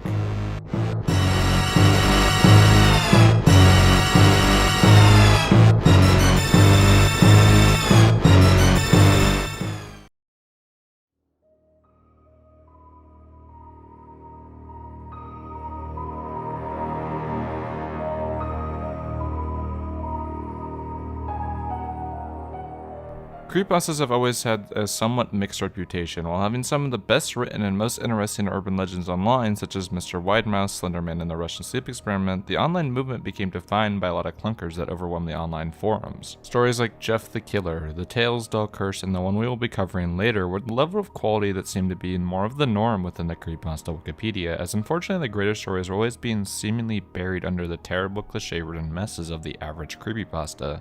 And that's not to say they were all inherently bad, there were just so many bad stories, however, that they were covering up all the good ones. One of the first ones that I remember popularizing the cliche-ridden style was of course Squidward's Sewer Slide, which had overusages of tropes like shock horror and hyperrealistic blood. But before we go any further, let's talk about that term. Hyper-realistic blood. You knew you were getting something terrible when that word appeared in the story, to the point that it became a joke within the community itself by just how overused and stupid the word was. How can a show have hyper-realistic blood? It's just an over-exaggeration used by poor writers to try and convey how disturbing the situation is. There's nothing more here. The hyper part of the term is just unnecessary and ruins whatever scare it's trying to convey. And it seemed like back in that time it was unavoidable. You had to see it in every single creepypasta, or it just wasn't like super popular for some reason. All of the stories back then seemed to have that term shoved all around, and the Squidward sewer slide was one of the first stories to use that term like crazy throughout, and it became a mainstay in the community, even with updating of old stories like Jeff the Killer. It also introduced a lot of the shock horror that became a huge mainstay of the creepypasta genre, where there would be just a grotesque image of a dead child or a random favorite character mutilated to try and convey that something spooky was happening.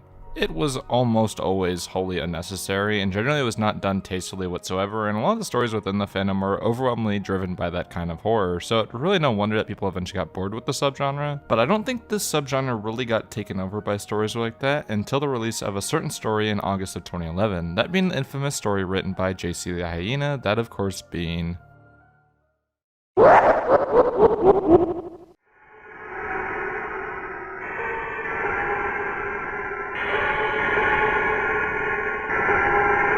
Sonic.exe follows a teenager named Tom, a major fan of the Sonic the Hedgehog games, specifically the older ones. While playing Sonic Unleashed, he sees some mail arrive. Inside of the mail, he finds a CD with Sonic.exe written on it in black marker, and a note from his friend Kyle, which has poor handwriting and seemed to have been written in a hurry, which read, "Tom, I can't take it anymore. I had to get rid of this thing somehow before it was too late, and I was hoping you'd do it for me. I can't do it. He's after me, and if you don't destroy this CD, he'll come after you. He's too fast for me. Please, Tom, destroy this god-forsaken disc before it comes after you too. It's too late for me. Destroy the disc and you'll destroy him, but do it quick. Otherwise he'll catch you. Don't even play the game. It's what he wants. Just destroy it. Please." Kyle. After reading the story, he goes against his friend's note, of course, and decides to play the game anyways. Upon installing it, however, he realizes that it's just Sonic 1, which causes him to get ecstatic, because he loves the original Sonic games, but when he opens up the game, suddenly the water turns into blood, which is described as hyper-realistic. If you read this, you will hear that term about 100 times in this story. I'm not even kidding. It's in the story like crazy. Sonic's eyes then turn black, with two bright red eye holes appearing with the word Sega 666 being read at the bottom, but this only lasts for a single frame. But somehow he got a screenshot for the story, so that's stupid. How the fuck did he get a screenshot if it was only a single frame? When the game starts, the character selection screen from Sonic 3 pops up with a dark red sky behind it, and the options of Tails, Knuckles, and Robotnik, which was strange because Robotnik has never appeared as an option in the original trilogy game because he was the villain. You could not play as Robotnik because he was always the bad guy. And in the background, the Caverns of Winters from Earthbound was playing in reverse. And what is with all these old stories and using the old Earthbound music? Because I know it's like slightly unsettling, but using it like crazy is just terrible. It's not interesting. It's been done 100 times before. But this is the first one I've ever seen directly mention a song from another game instead of just being like, oh, there was creepy music playing. No, they directly mentioned Caverns of Winter's music, which is weird to me. But let's continue. After starting the first level with Tails, he notices on the trees that there are hanging bodies of the woodland creatures being displayed, as well as their bodies being thrown all over the floor. After extremely graphic and dramatic depictions of the body by the writer, he reaches the end of the level where Tails stops as the screen reveals Sonic on the other side, which Tails slowly approaches. As Tails approaches, the sound of statics gets louder and louder till suddenly Sonic's eyes open and the screen turns black. Then the text, "Hello, do you want to play with me?" appears on screen. And upon starting the next level, which is called Hide and Seek, he sees a hell-like landscape where everything is on fire, and Tails seems freaked out and game. This is another theme in a lot of bad creepypastas, as they gotta incorporate hell in some sort of way. I mean, it makes sense, because a lot of horror involves hell in some sort of way, because it's something that a lot of people fear about when they die. But the usage of hell in a Sonic.exe creepypasta is always pretty funny to me. Like, the only possible way they could have thought of making Sonic scary was by making him demonic, which was pretty funny. But this could have been easily fixed, but let's continue on. The writer then makes Tails run to the right and to try and escape, but he then hears the Kefka laugh, which again, another weird, odd description that they use, but it's fine, I guess. And after the laugh, Sonic appears behind Tails, chasing him and gain on him fast. After the seemingly futile chase, Sonic disappears and Tails starts crying before Tails gets brutally murdered by the Hedgehog as he reappears. And upon getting back to the character select screen, he sees that Tails is now crossed out and bloodied and beaten up. He then picks Knuckles with the same similar thing happening, and eventually Robotnik, who also seems to meet the same fate. After the death of Robotnik, however, a hyper-realistic demonic picture of evil Sonic appears on screen, reading "I am God" before the game completely shuts off. It was about at this point when I played the actual game that I started dying of laughter. Are you serious? Dude, are you serious? This looks AI generated. What the fuck is this? Why does it look like that? That's the most deviant art garbage I've ever seen. Yeah. That's Oh it? my god. That's it. Wait, is there more? No? Oh, there's more. Oh. Oh. Wow. Sonic is God. Because it's just such a funny idea, and it's just like a ripped off, like shitty JPEG with a like little text on top. It's pretty funny. It's not actually that scary, and even reading it, it's not scary either. It's just kind of like, ooh, I am God, ooh, spooky.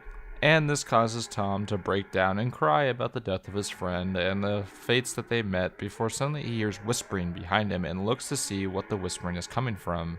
And then behind him is an evil Sonic plushie with the same blood red eyes from the game, staring directly at him, ready to kill him. I'm sorry, I cannot take this story seriously whatsoever. It's just too funny to me. The story is absolutely horrible. Even my shortened retelling of it can't save it. I even cut out most of the atrocious parts, and it's still unsavable. Normally I am one to like try to look for things that are good and try to help them make it better, but this one is just not a good idea in the first place. But the writing definitely does not help it. I mean, they could have expanded on it like later stories did, and eventually it did get to a point where like certain games were coming out that were a little creepier. But at this state, the story is almost just a mess. It's just really bad. There are grammar errors and spelling errors galore, and the cliches of the story are half of the story in the first place. Every single sentence of the story is just completely written with them, from the hyper-realistic blood, the blood red eyes, the earthbound music, which is quite literally written into it. It's just too funny to me. I have no idea how people took the story seriously, especially at face value. It gets to the point where it almost seems like a parody. For example, parts of it are just stolen from better stories, like the marker being written on the CD is quite literally ripped directly from Ben Drowned. I also skipped just how dramatic the main character is, but here's an excerpt for you so you can get a full picture of just how dramatic the writing is for him. I looked at Tails, Knuckles, and Robotnik, and I cried a bit. I pitied them for the agony that they're going through. They were forever trapped within the game, forever tormented by the horrid hedgehog, and always will be. Then the computer shut itself off. I couldn't turn it back on no matter what I did.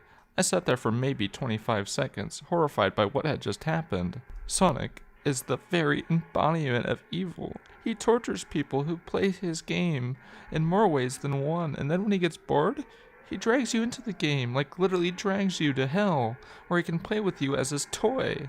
I can't get the game out of my computer. I think it's stuck in there. But at least I managed to turn it back on now. No one writes like this. It's so melodramatic and unrealistic that I tried so hard to hold back a laugh while reading it now. How the story got as popular as it did is just beyond me. But of course the story just completely blew up, which is why I need to talk about it. The rise of this story was insane. Every single person in the community had read it at some point, and it even left the fandom for the whole internet to see, and somehow got spread as one of the most talked about and biggest mainstays of the whole creepypasta movement, leading to the spread of copycats that followed the exact same writing style, which led to the Creepypasta wiki being flooded with stories of the exact same variety. However, I think the story's explosion can really be pointed back to the game that came out based off of the story. The game is a one-to-one recreation of the story, to the point where it's kind of impressive just how easily the story translated into a game, but I digress. The game was eventually played by a lot of famous YouTubers such as Markiplier and even PewDiePie, which led to a whole subgenre of games being created in the same style, with examples such as Silently.exe, Mario.exe, and Toy Story.exe. There seemed to be an endless amount of EXE games to the point where parody.exe games became a thing of their own, although they have aged pretty poorly. After a while though, the stories that followed that were similar to Sonic.exe were becoming overwhelming. You seriously could not avoid stories written in the same style, the most famous example being Tails' Doll Curse, and along with the popularity of the Jeff the Killer creepypasta, led the Creepypasta wiki to be overwhelmed with tons of poorly written stories. They tried to curb this by deleting the original story, but that led to the creator of it having a full-blown meltdown. But the damage was already done. Creepypastas were overwhelmed with copycats of terrible.exe clones and Jeff the Killer clones, which caused the fandom to slowly die out with the lack of good horror stories in the fandom. So honestly, I think Sonic.exe, while it blew up and it was a massive deal, It actually, I think, killed the movement it was a part of. However, in recent years, the tides began to turn with Sonic EXE. Suddenly, a bunch of remakes of the original game started coming out that changed a lot of the story, taking a creepier and more interesting approach to the story I would consider just flat out bad. Games such as Sonic.EOIX, the Sonic PC port, and the Sonic.exe remake all came out, all with a much higher approval among people playing than the original. And with all that being said, do you think that Sonic.exe has redeemed itself, or do you think that it all still sucks? Let me know your thoughts in the comments down below, and also like and subscribe if you like the video, and I'll see you all next week.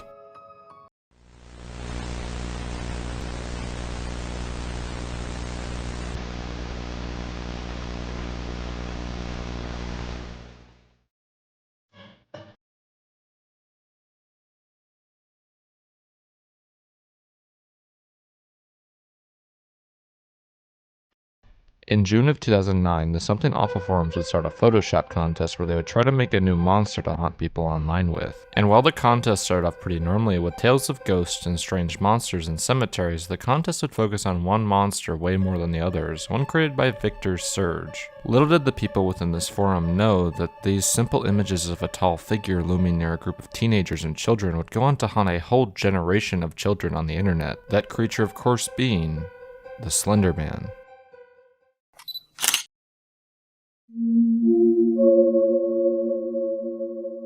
The Slenderman is a tall, lanky humanoid figure with no face that watches over and steals whoever is his next victim, toying around with them subtly like a predator with its prey. He wears a suit with deathly pale skin with tentacles that protrude out of his abdomen, presumably to capture its prey. However, what happens to the people that are captured by the Slenderman is unknown. They just completely vanish out of existence, never to be seen again, leaving people to wonder if their loved ones are truly alive or dead. And the simple story would capture the attention of the forum rather quickly, with much of the discussion of the forum going directly towards the topic of the Slenderman. "You're an amazing and terrible bastard, sir. Well played. Now to look over my shoulder every couple seconds for the rest of my day. God, Slenderman is so great. I just want more." I'm not usually one to get all bandwagony, but Slenderman is honestly one of the most inspiring and sinister things I've seen lately. Something about it just seems to strike some sort of primal wrong chord. However, with the creation of the character, a lot of people found themselves wanting more lore to go along with the Slenderman, two of whom being Troy Wagner and Joseph DeLage, two film students at the University of Alabama, and would 9 days after the initial posting release the first episode of their series called Marble Hornets. The series follows two young filmmakers named Alex and Jay, played by the series creators, with Alex having went insane from exposure to the Slenderman during the filming of a television series, and Jay trying to figure out all that had been going on during the filming behind the scenes. This causes him to have run-ins with the actors of the series, all with varying levels of sanity due to their exposure to the Slenderman. However, Jay begins to have run-ins with the Slenderman himself, with the creature appearing in the background where Jay is unlikely to notice. This leads back to the name of the Slenderman in this series, that being the Operator. In this series, the Slenderman is less of a hostile force and more of an omnipotent one, messing with those who are exposed rather than outright attacking them. Thus his name making sense, as he seems to be operating a plan the entire time, as he has complete control of the situation at all times. And more lore was added to the Slenderman with this series, with it being shown that instead of outright killing people, the Slenderman instead takes control of those who are exposed to them, turning them into proxies, one of them being the masked man that seems to be stalking Jay throughout the story. And this expansion of the lore caused the series to slowly grow popular as everyone wanted to know more about the Slenderman, as it was just such a weird and obscure idea at the time. But the series itself wasn't as popular as it did get to be at a certain point. It was a little bit before that. It was still relatively underground at this point, and the series was growing really slowly. It wasn't at the level that we know it at today. However, this expansion of the lore would lead to what caused the story to have the level of infamy that it did, because it led to the creation of a simple free-to-play game, that of course being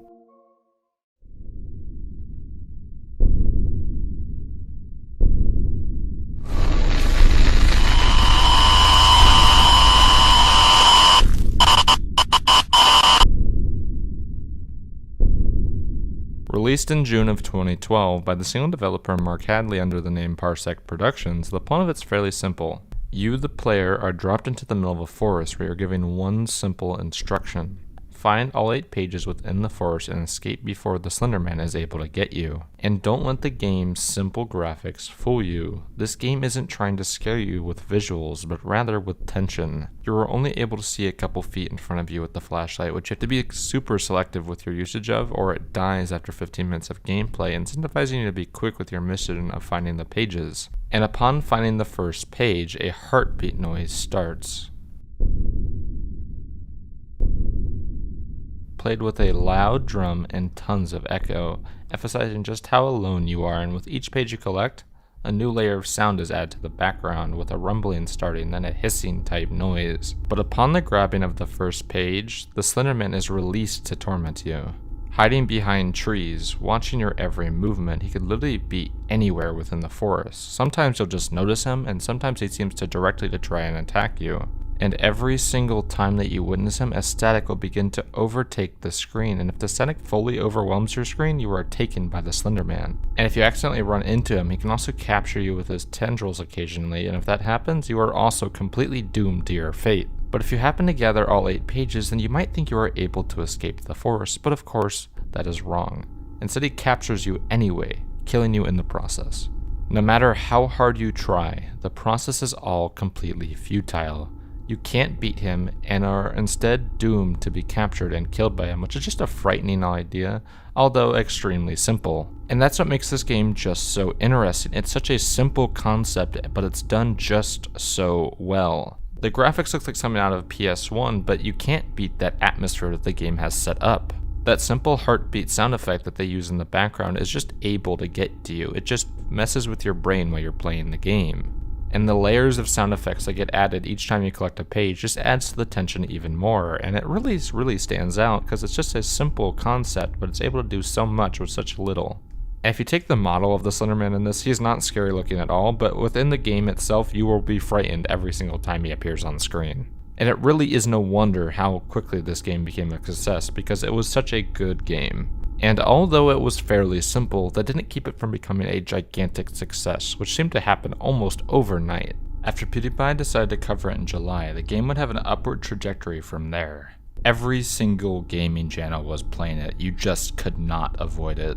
It was absolutely massive. It really can't be emphasized enough just how big Slender was upon its release. The only game I would really compare to it was the release of the first FNAF game, just how completely unavoidable it was. It became so big that multiple fan games such as Slender's Woods, Slender's Mansions, and many other Slender ripoff games all started popping up around the internet.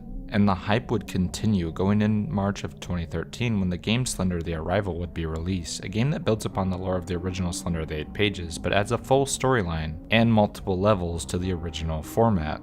They even incorporated the proxies from the now extremely successful Marble Hornets, which also was experiencing a boom to the explosion of Slender the 8 pages. But like all the other things, the lore around the creature started to slow down, as not a lot of the stuff that was coming out surrounding the creature was changing the game on what it was, and the new stuff that was coming out was kind of generic or just straight up terrible and uninteresting. It seemed like every new game that was coming out was just a load of shovelware, and nothing that was really changing the game of what we were seeing. However, things would take a dark turn, as Slender would be put in the national spotlight, as on May 31st, 2014, Anissa Wire and Morgan Geyser would attack their friend Peyton Lutner, all 12 years old, in Waukesha, Wisconsin, in order to appease Slenderman. The action done by these children is frankly disgusting and evil. What they did to their friend will be a scar on their families forever. And this extremely unfortunate event would thrust the Slenderman story into the news for weeks on end, as the potential dangers of creepypastas and the internet as a whole for children would be questioned by the news for a while. Because of this, many people who were involved with the creation of things like Slender the 8 pages began to distance themselves from the concept, and then Marble Hornets came to its natural conclusion 20 days later. It's safe to say that as soon as this incident happened, the idea of the Slenderman was completely dead. No one wanted to be involved with the Slenderman, and a whole group of kids were told to avoid creepypastas due to the incident and banning of the website by the Wisconsin school boards. And no matter how hard people tried to revive it, nothing seemed to be able to save the idea of the Slenderman, with the always watching Marble Hornets film flopping massively, receiving predominantly negative reviews, and the eventual disintegration of THAC, the production company formed by the Marble Hornets crew, and the Slenderman was effectively dead and forgotten about, with many people just trying to forget the idea existed in the first place. But in 2016, people got intrigued by the idea of the Slenderman again, as Sony Pictures would announce that a big-budget Slenderman film would be released in 2018. But with the release of the trailer, it became clear that the film was a mess, and looked quite frankly, terrible. And upon the release, the family of Peyton would release a statement essentially sealing the fate of the film, with theaters in Milwaukee and Waukesha refusing to screen the film due to the act.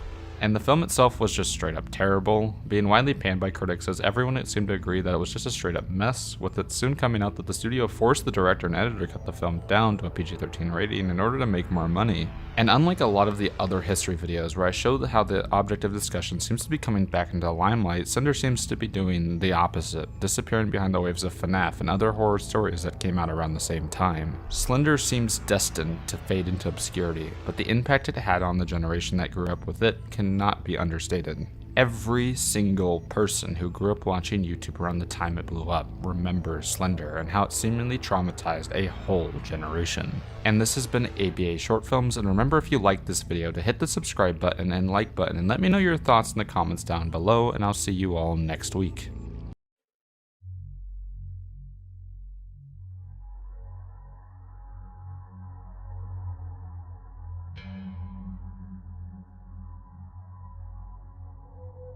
Creepypastas have a reputation that precedes them more than I think any other form of horror on the internet, and generally not in a good way. While things like the SCP Foundation generally are remembered fondly and still can be looked at through a guise of fear, with stories like SCP-1875 still gain a good scare to me personally, creepypastas are not looked at with the same fear. While some of them definitely stand out for the high levels of quality, many of the popular ones were bottom of the barrel garbage that could only scare a 5-year-old, but that might just be my opinion. And while they have been having somewhat of a renaissance as of recently, with many YouTubers doing retrospectives on the old stories, it's mainly as a way of mocking the poorly written ones rather than looking at the game changers within the subgenre, which in all honesty, creepypastas had a ton of. I mean, truly just try and remember some of them. NES Godzilla, Funny Mouth, and Psychosis are just some of the ones that come to mind when I think of some of the best written ones. But when thinking about the old creepypastas that really changed the game of what a creepypasta could and couldn't do, the one that comes to mind first is the creepypasta following the evil killer bear in Caledon, Ontario, Canada. That of course being the infamous story 1999. And remember, if you haven't yet, like this video if you like it, and comment down below your thoughts on the video, and let's get on with the actual video.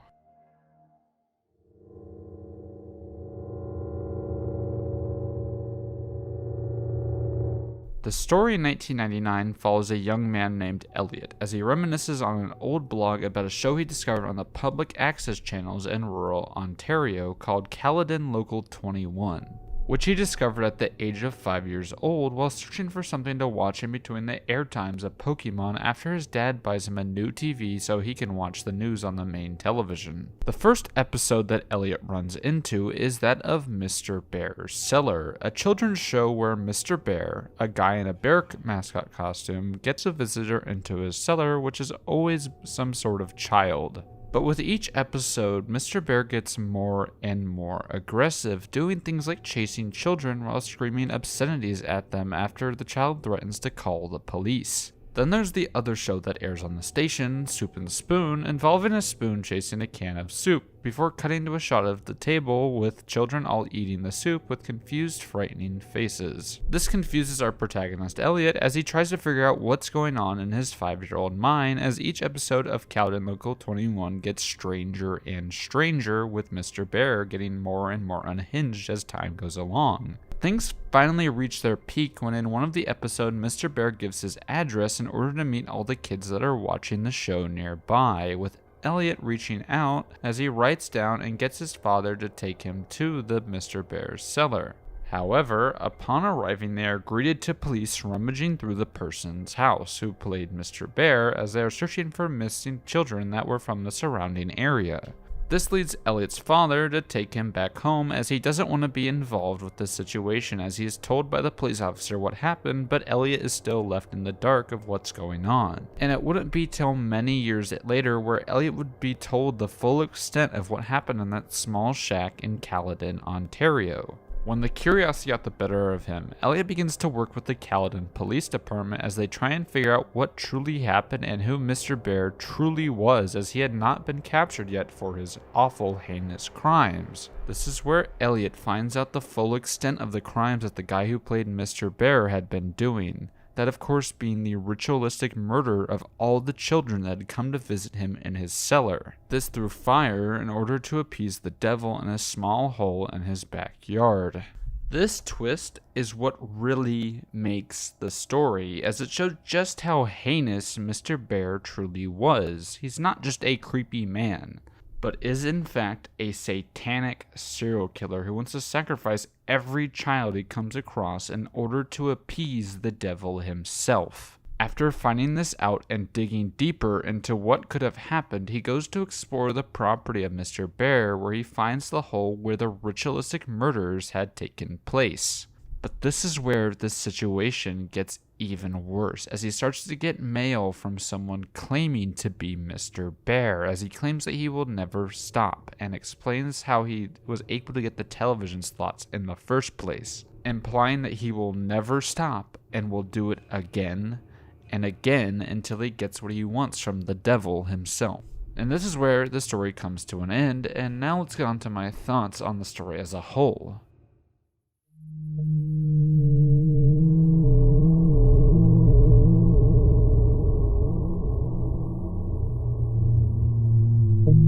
I have a very interesting relationship with this story, as this is one of the very first horror stories I'd heard while listening to creepypastas as a kid growing up. And I very distinctly remember this one lingering with me for quite a bit, but I didn't really understand just how creepy what Mr. Bear did was. As a kid, I was more scared by the murderous intentions of Mr. Bear, but didn't really grasp the fully horrifying way that Mr. Bear treats those children, with the letters in the story implying something much darker than just what we saw with the horrifying stuff in the hole. And as an adult, the story creeps out much more with what we don't see and rather with what's implied, as the story shows under the surface that Mr. Bear was horrible all around, committing unspeakable atrocities to these children that the story can't even begin to describe. And that twist is still excellently done to this day, as before we know that something is definitely off, but we don't know the true extent to how bad things really are in Mr. Bear's cellar. But the reveal that he had been using the children in a ritualistic murder to appease the devil is something just so uniquely and creatively evil that it is without a doubt easy to see why this story was as influential as it was. But that's not to say the story itself is great all around. While the twist is definitely hard-hitting and by far the most terrifying part of the story, the rest of the story generally leaves a lot to be desired, especially with the story after the twist is revealed, as the first half is by far the stronger half of the story. I believe the story would have been much more frightening if it had just ended with the reveal of what was in the hole, as everything after that half of the story seems to drag on for much too long and doesn't reveal anything new except for the fact that he could still be out there doing it to this day. It's really a strong case of less is more, as the less we know about Mr. Bear, the creepier he is. But the first half of the story, up to the twist, is one of the most intriguing and creative creepypastas to this day, and really shows just why this story was influential as it was. And speaking of that influence, let's get into the stories that were influenced by this story.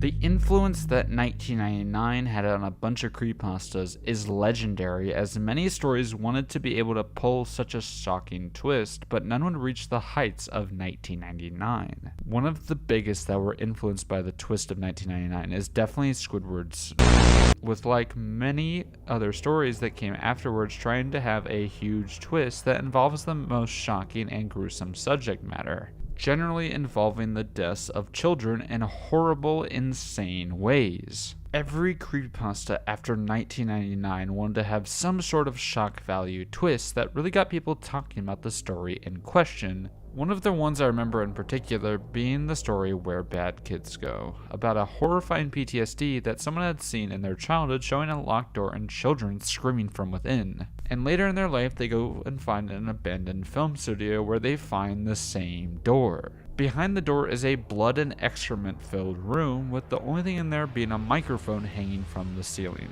This is just one of many creepypastas that were heavily influenced by 1999, as it seemed every single creepypasta at the time wanted to reach the level of success that it was able to achieve, for better or for worse. So in conclusion, do I think 1999 is a perfect creepypasta that shouldn't be criticized? No, it goes on for way too long in certain sections and doesn't really need anything past the first twist, as everything after that just comes across as filler. It's a prime example of less is more within horror, as while the twist is horrifying due to the unexplained nature behind the ritual, when the story tries to explain all that had been happening, it makes the story that much less scary.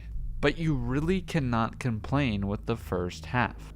The pacing in the first half is excellent, as it doesn't reveal too much, as it leaves Mr. Bear as a fairly ambiguous figure, with us only hearing his voice and never actually seeing his full appearance. We don't know much about him besides what he does to children and what he aired on television. That's it. Nothing more, and that's what makes Mr. Bear such a terrifying figure within the story and why the first half works so well. So to end this off, I think the story being as influential as it is actually makes sense, as the story is grounded with a creepy and intriguing villain and has one of the best twists of any creepypasta. And with all that being said, I hope you guys enjoyed this video, and make sure if you enjoyed it to leave a like and a comment on your thoughts. And if you're not subscribed, I upload once a week, and I hope to see you all next week.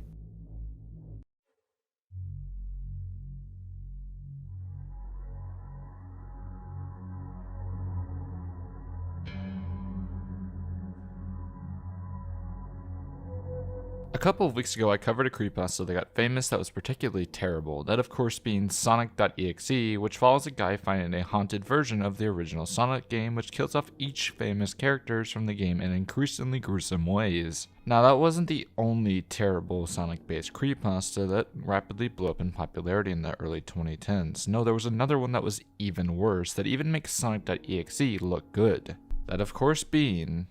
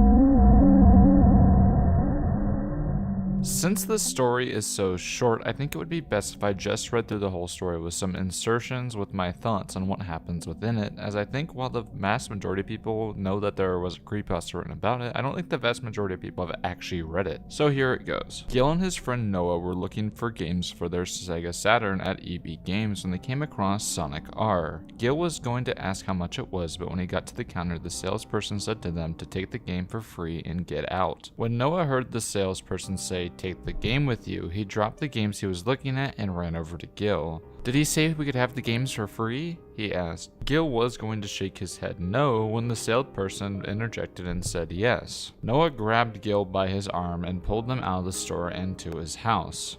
And for my first interjection, of course the story starts off with the cliche started by Ben Drowned, that of course being some sort of creepy old person or salesperson giving the main characters of the game for free without actually explaining what's wrong with it in the first place. I really dislike this cliche because it would just never happen in the first place. No guy is going to act that strange or weird when it comes to giving something away. It's too suspicious or weird, and if someone did that to me, I would not take the game. It's just way too suspicious for someone to act that way. It just doesn't make sense for someone to behave that way, and it's just not how human beings behave, and the dialogue is also super unrealistic and laughable. Now, let's continue. When they got to Noah's house, Noah got a Sega Saturn and Sonic R and put the game in.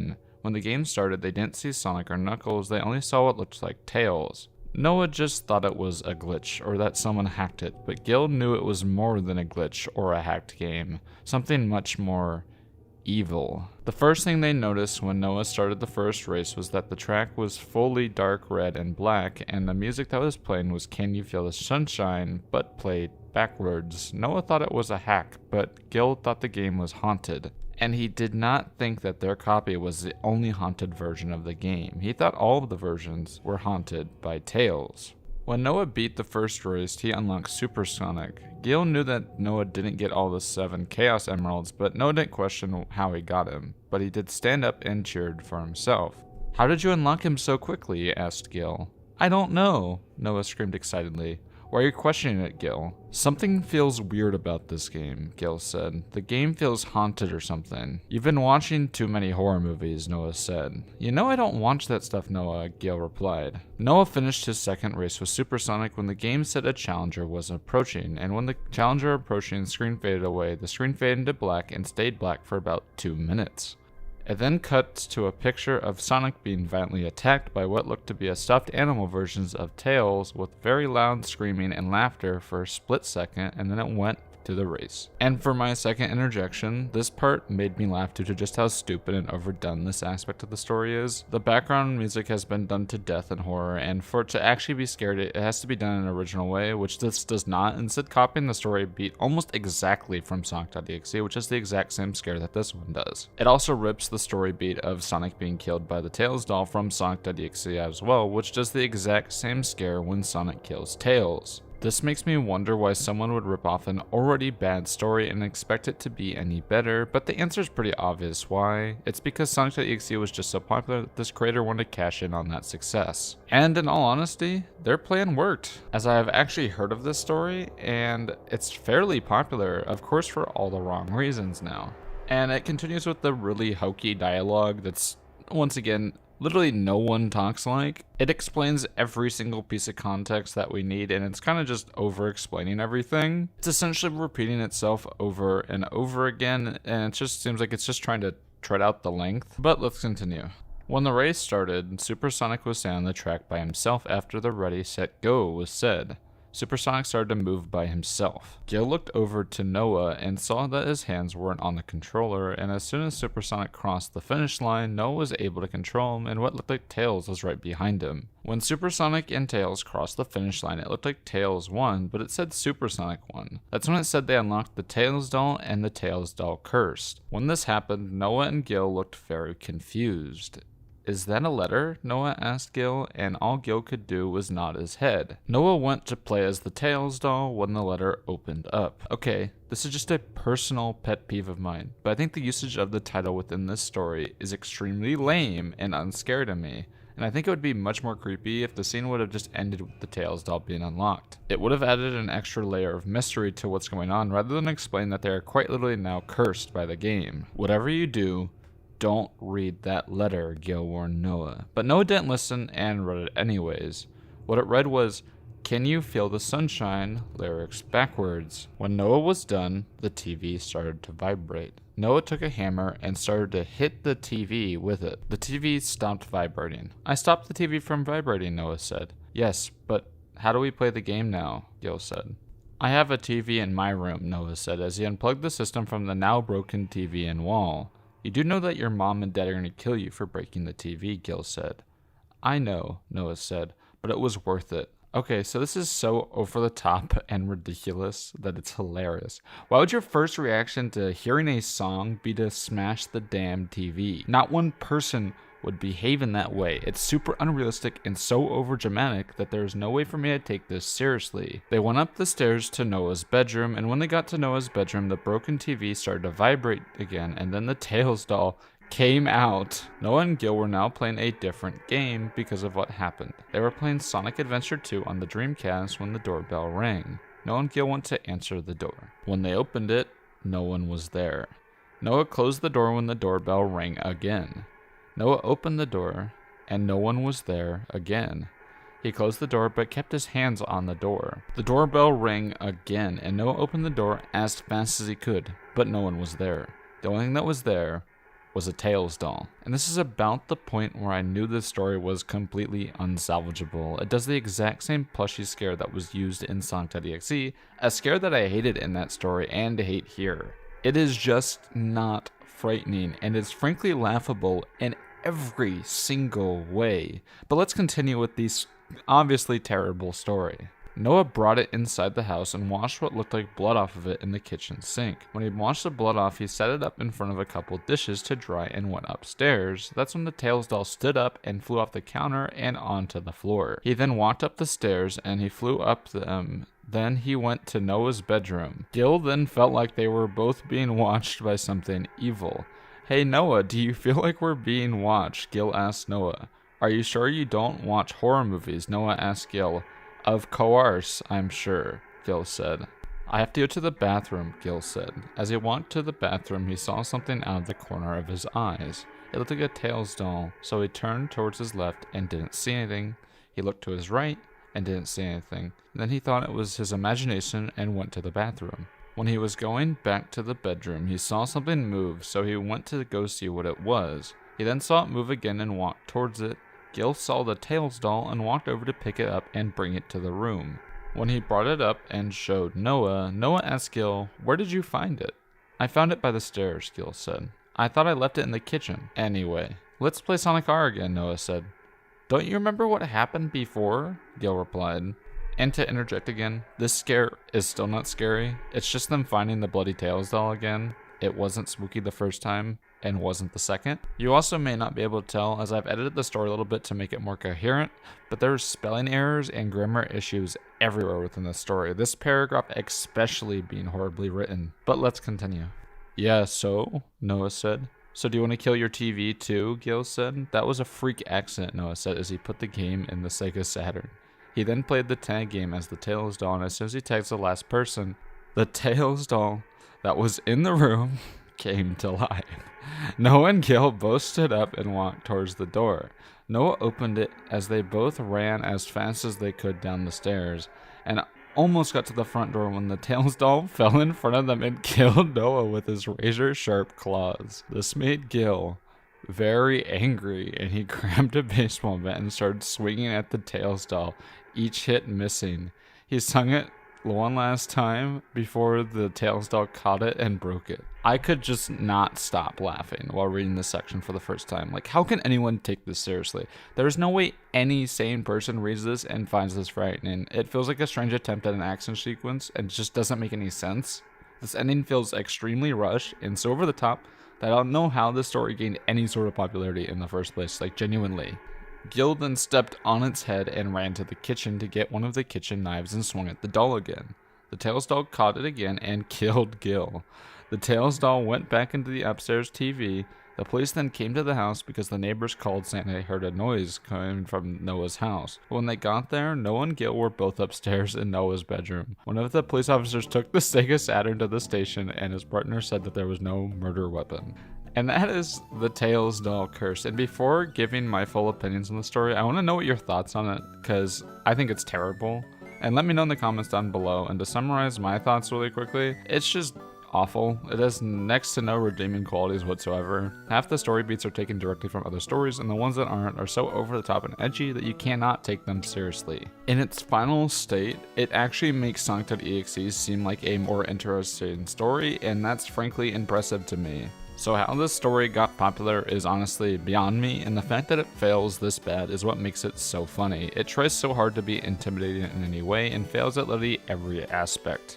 It needs so much work that honestly, in order to make it work, the story would need a full rewrite and changing of every single story beat. The dialogue is abhorrent and unrealistic, as well as the action of the characters. The story just fails at every action it tries to present, and in all honesty, feels like someone wrote it in 15 minutes. And with all that being said, make sure that if you like this video to subscribe, and I'll see you all next week.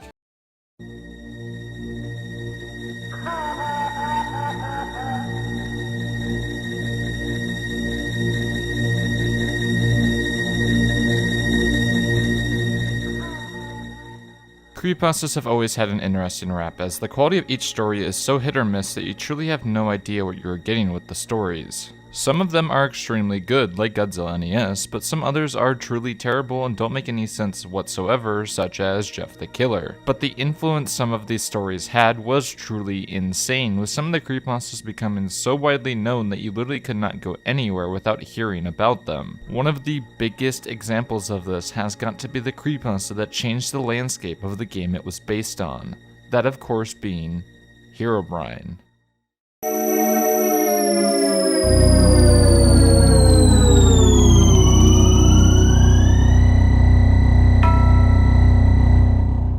Before getting into this story, make sure that if you haven't already to hit that subscribe button. It helps me a lot, and now let's continue. I had recently spawned a new world in single player Minecraft. Everything was normal at first as I began chopping down trees and crafting a workbench. I noticed something move amongst the dense fog. I have a slow computer, so I have to play with a tiny render distance.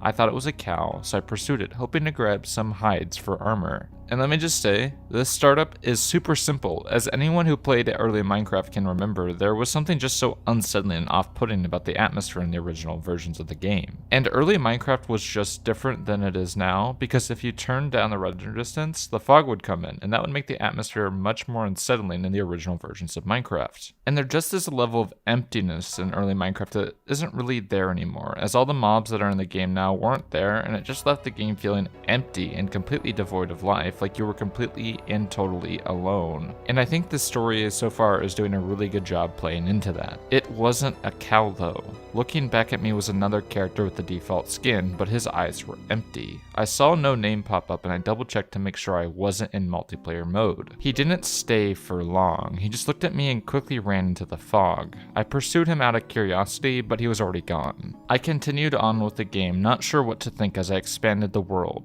I saw things that seemed out of place for the random map generator to make. 2x2 tunnels in the rocks, small, perfect pyramids made out of sand in the ocean, and groves of trees with all their leaves cut off. I would constantly think I saw the other player in the deep fog, but I never got a better look at him. I tried increasing my render distance whenever I thought I saw him, but to no avail. And this part is also well done, as once again, one of the things that comes with the way that Minecraft is generated, some strange things do happen within the world. So a lot of these things could honestly be explained by world generations, and things like 2x2 tunnels were actually extremely common within the beta versions of Minecraft and still are to this day. This lends the story some credibility, as it makes the reader start to question whether the things that they find within the world is actually random or if something else is causing these strange things. And what I really think the story does well here is set up the atmosphere of being watched. We know that there's this other character within the game, and it's just like watching the main protagonist, and it's not really interacting with them, but it's just watching them. That creates this like super unsettling atmosphere, as we don't know what this thing is, but it's watching them, and it could strike at any moment, but it's just watching them, and it's not doing anything super scary, it's just being weird and creepy. But I think honestly, I think that's what makes this first half so unsettling, because we don't know what this thing is, and it's just watching our protagonists and not really interacting with them. It doesn't make the Herobrine seem evil or ominous, it just makes him seem weird, which I think really helps the story, because it's not trying to be overtly scary, it's just trying to get a little bit of a creep out of you. And I think the idea of Herobrine just being a ghost within the game works really well, and the way it's set up adds an air of mystery of what it could possibly be. I saved the map and went on the forums to see if anyone else had found the pseudo player. There were none. I created my own topic telling of the man and asked if anyone had a similar experience. The post was deleted within 5 minutes. I tried again and the topic was deleted even faster. I received a PM from a user named Herobrine containing one word: stop. When I went to look at Herobrine's profile, the page 404'd. And this is where I think the story starts to lose a lot of the steam that it had at the beginning, as we officially left the realm of weird things that are possible within the Minecraft world to the extreme supernatural. And remember how I was talking about the air of mystery within the story? Well, that's slowly disappearing as we are starting to learn that, oh, he's within the real world too, and it's just, eh. What made the stories so creepy and off-putting in the first place was the weird plausibility to it, but having Herobrine be active within the Minecraft forums is so ridiculous and unnecessary that it just doesn't make sense. The story works much better in its super bare-bones state, where it leaves more of what's going on up to the reader's imagination and makes it so that our brains can wander a bit more with the story. This is exactly what I'm talking about when I say less is more. This doesn't really need to be in the story, it doesn't really add anything except for dulling down the scares in the first place. With this switch up from the tangible to the intangible, it just makes the scares before invalidated, as before we were able to feel a credibility to it that wasn't there before. I received an email from another forum user. He claimed that the mods could read the forum user's messages, so we were safe for using email. The emailer claimed that he had seen the mysterious player too and had a small directory of other users who had seen him as well. Their worlds were also littered with obviously man-made features, and they described the mysterious player as having no pupils. About a month passed until I heard from my informant again. Some of the people who had frequently encountered the mysterious man had looked into Herobrine and found it frequently used by a Swedish gamer. After some further information gathering, it was revealed to be the brother of Notch, the game's developer. I personally emailed Notch and asked him if he had a brother. It took him a while, but he emailed back a very short message. I did. But he is no longer with us. Signed, Notch. Okay, this part is extremely goofy. Like seriously, the story started off so well, but completely fell apart during the midsection. Like, what in the actual fuck is going on anymore? Like, they find out that the Herobrine account is for some reason being controlled by Notch's dead brother, so they decide to email him about it, and he responds, I guess, but you do you, this doesn't really make much sense. And then Notch's reply is just the icing on the cake for me. It's such a weird and inhuman way to respond. No one talks like that. It's just such a funny switch up and makes no sense whatsoever. It just really sucks because the first half is just legitimately interesting, and I think it would have been much more interesting if all of this had been left out. But let's finish this off. I haven't seen the mysterious man since our first encounter, and I haven't noticed any changes to the world other than my own. I was able to press print screen when I first saw him. Here's the only evidence of his existence.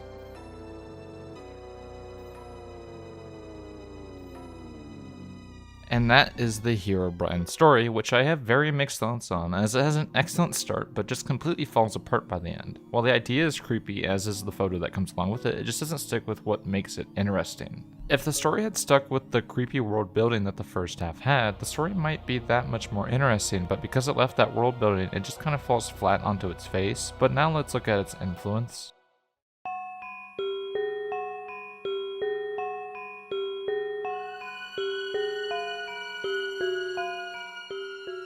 The influence this story had on creepypastas and Minecraft as a whole was unprecedented for the time. You couldn't go anywhere online without hearing about Herobrine for quite a while, and there were a couple of things that really boosted the popularity of the story. Firstly, there was the Brocraft stream by Copeland, where he would use paintings of Herobrine to create signs of him to scare his viewers and to cause the urban legend to spread. This would majorly boost his popularity, as many people were introduced to the character from this livestream. Although it was thought to be lost for the longest time, it has been recently found again. Then Minecraft themselves would super spread the story, as they began to add him into the patch logs that they removed Herobrine with almost every update, and adding him to things like merchandise as a nod to the community.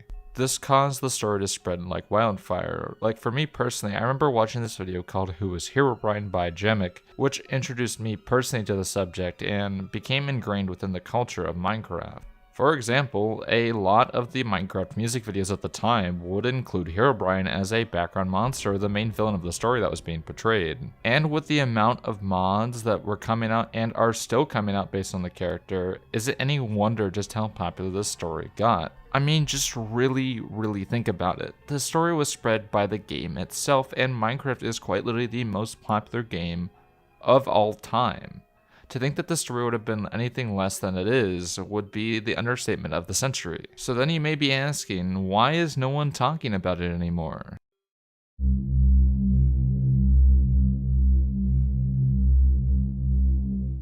So you may be asking what happened to Herobrine, and it's what happened to a lot of these creepypastas over time. People just got so tired of hearing about them. When I say you couldn't go anywhere without knowing what Herobrine was, I truly mean it. But due to the overexposure, the story itself just wasn't scary anymore. Like every scary thing, the more exposure you have to it, the less scary it becomes. Herobrine is no exception to that rule. People just got bored of the story and found the ideas to no longer be interesting, and can you really blame them? I mean, just think about it. If something was shoved down your throats 24/7, would you still be scared of it after long? What makes something scary is the unknown surrounding it. But Herobrine is no longer unknown. Everyone knows just how the character works, and the mystery is completely gone. Thus, the influence the story once had is completely gone. And with all that being said, I would give this story a final score of 5 out of 10. And to end this out, I hope you guys enjoyed this video, and make sure to like and subscribe to the channel, and I'll see you guys all next week.